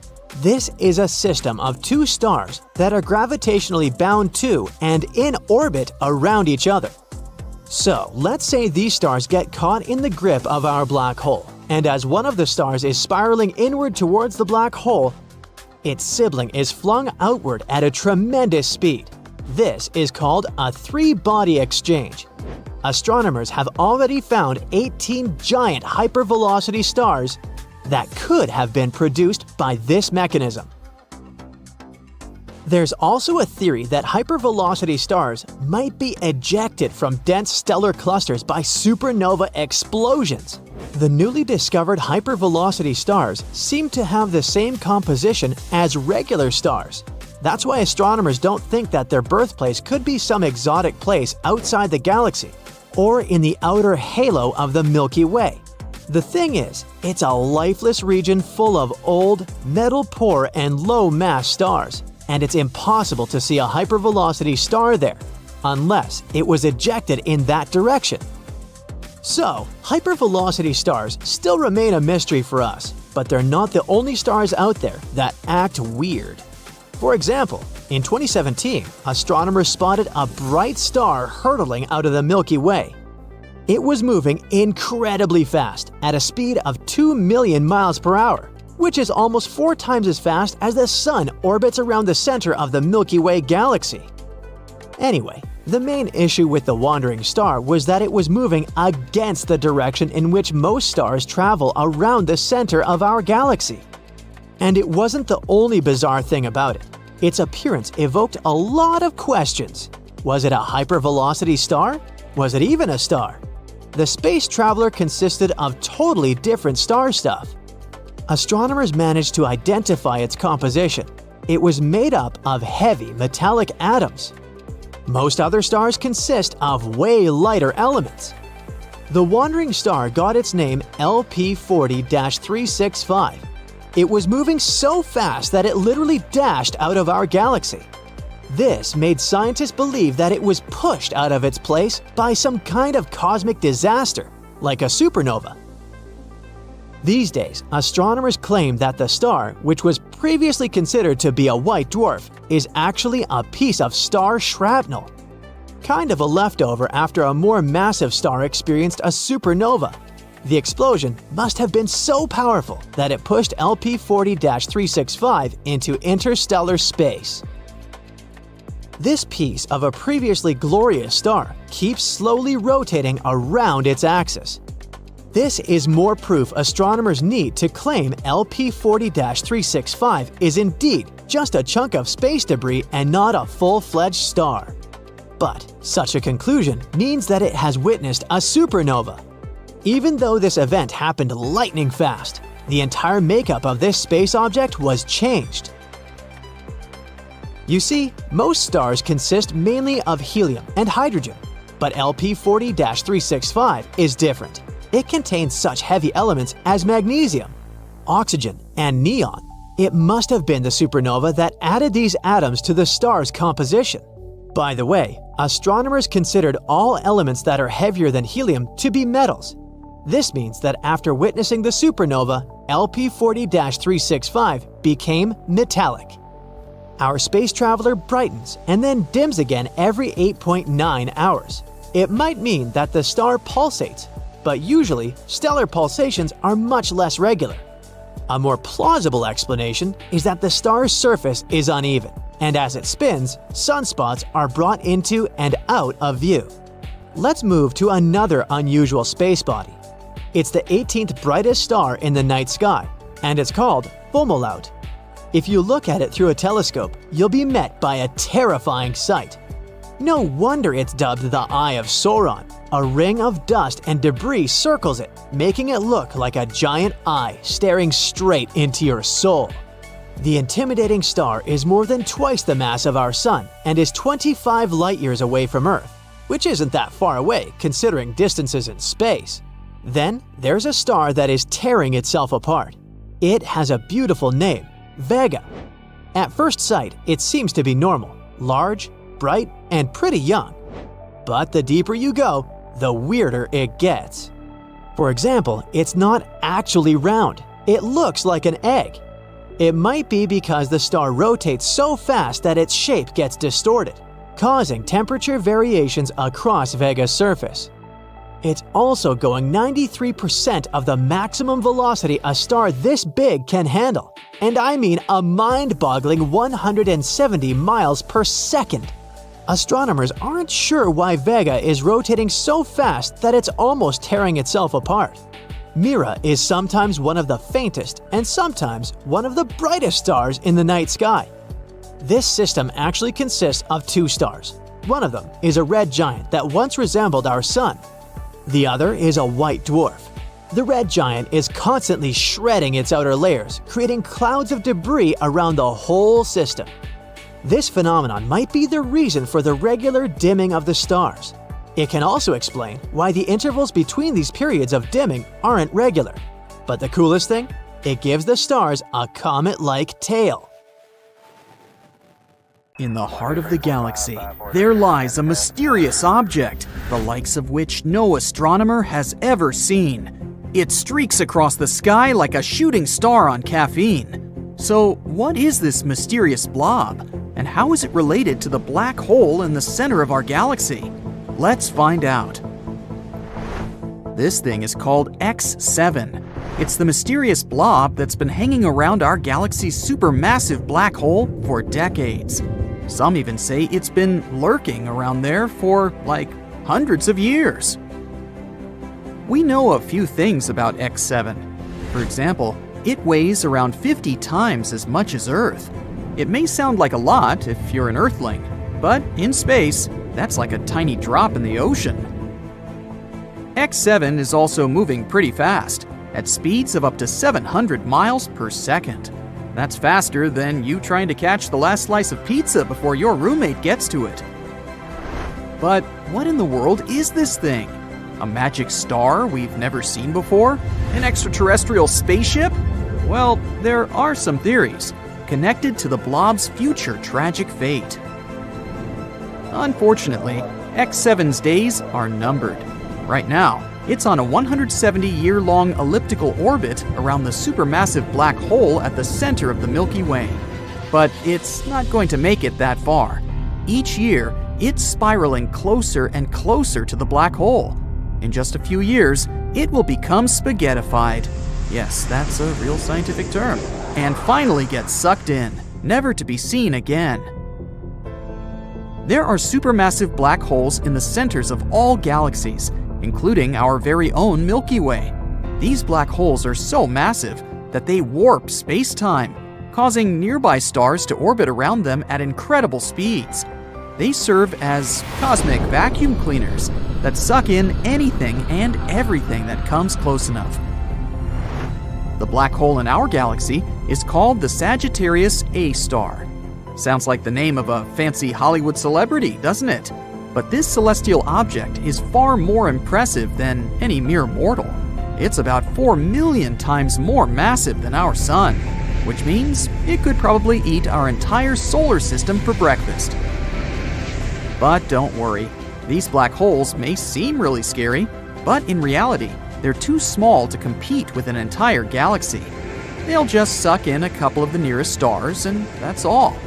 Also, Sagittarius A star doesn't seem to have a very good appetite. It's been observed to be pretty quiet lately, which is good news for us. But even if it were super greedy, it wouldn't pose any threat to us. This black hole is over 26,000 light years away. From Earth, we can see it in the Sagittarius constellation.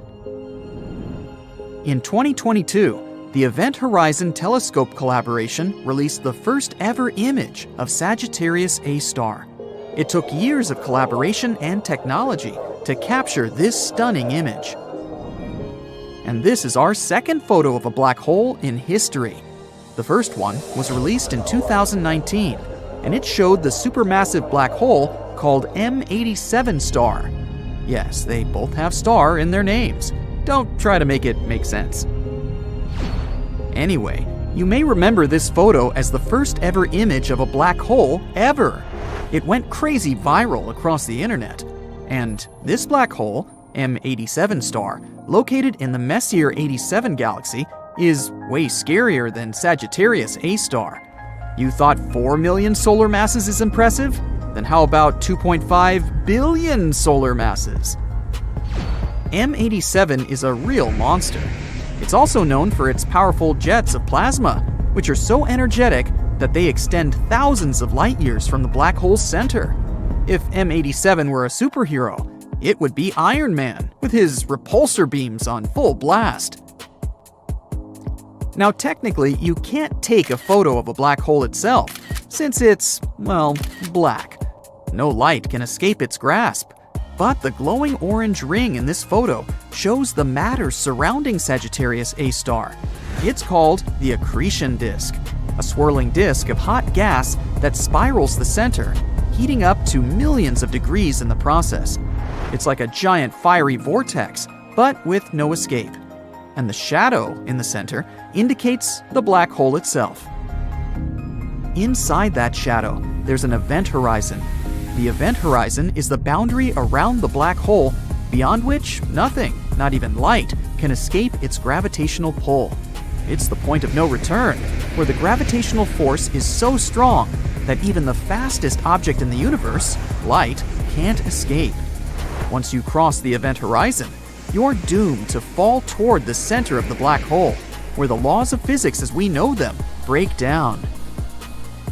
And this is exactly the fate that awaits our unfortunate X7.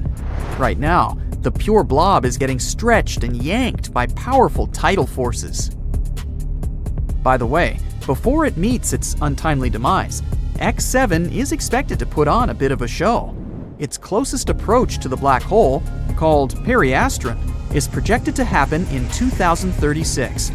And when it finally gets torn apart by the Sagittarius A star's gravitational forces, there may be some cool fireworks to see. But this is not the most important thing. The funny part is, X7's future end may help us finally understand what the heck even is this thing. A team of scientists have been studying how a strange blob orbits the black hole. And that's when they discovered that X7 has stretched to almost twice its initial length. And what does that mean? Well, it suggests that X7 is most likely made of debris ejected during a recent collision between two stars. Yep, you heard that right, a space car crash. Imagine this. Two stars fall in love and start circling each other for many years. After that, they finally merge together. At this moment, they eject tons of gas and dust. And perhaps this cosmic dance created our blob baby, X7. It's basically like the crumbs left on the table after a giant space feast. Something like this is actually pretty common, especially around black holes. It's like a galactic fender bender that sends debris flying everywhere. Actually, the universe is full of mystery blobs. They're called the G objects. No, they're not the G-men from Men in Black, but they're just as mysterious and elusive. These guys have been puzzling astronomers for more than 20 years. They look like gas clouds, but behave like stars. It's like they can't decide whether they want to be a cloud or a star. Come on, guys, make up your mind. G objects stretch out at the closest point to the central black hole, but emerge intact, like a rubber band that stretches but doesn't break. Scientists think that they're the stars that have merged together into one. And while doing that, they also produce a huge cloud of gas that hides the result from view. Kinda like when you're wearing a bulky sweater, so that no one knows that you've put on a few extra pounds. And then a study published in 2021 found that one of these objects, G2, was actually a molecular cloud concealing 3 baby stars. Talk about a plot twist. But X7 is the black sheep of the strange blob family. It's significantly different from the G objects, like the weird cousin you see once a year at family gatherings. Its evolution has been more dramatic. Also, it's not being held together by a mass lurking in its center. So what is it being held together by? Pixie dust? Magic? We need answers! That's why scientists believe that X7 isn't a G object itself, but debris left from it. Or maybe not. We have no idea. The possibilities are endless, and that's what makes astronomy so exciting. So let's keep our eyes on the skies and see what other strange objects are out there. Who knows? Maybe we'll discover another mystery blob, and this time it's going to be a spaceship. Now that would be awesome.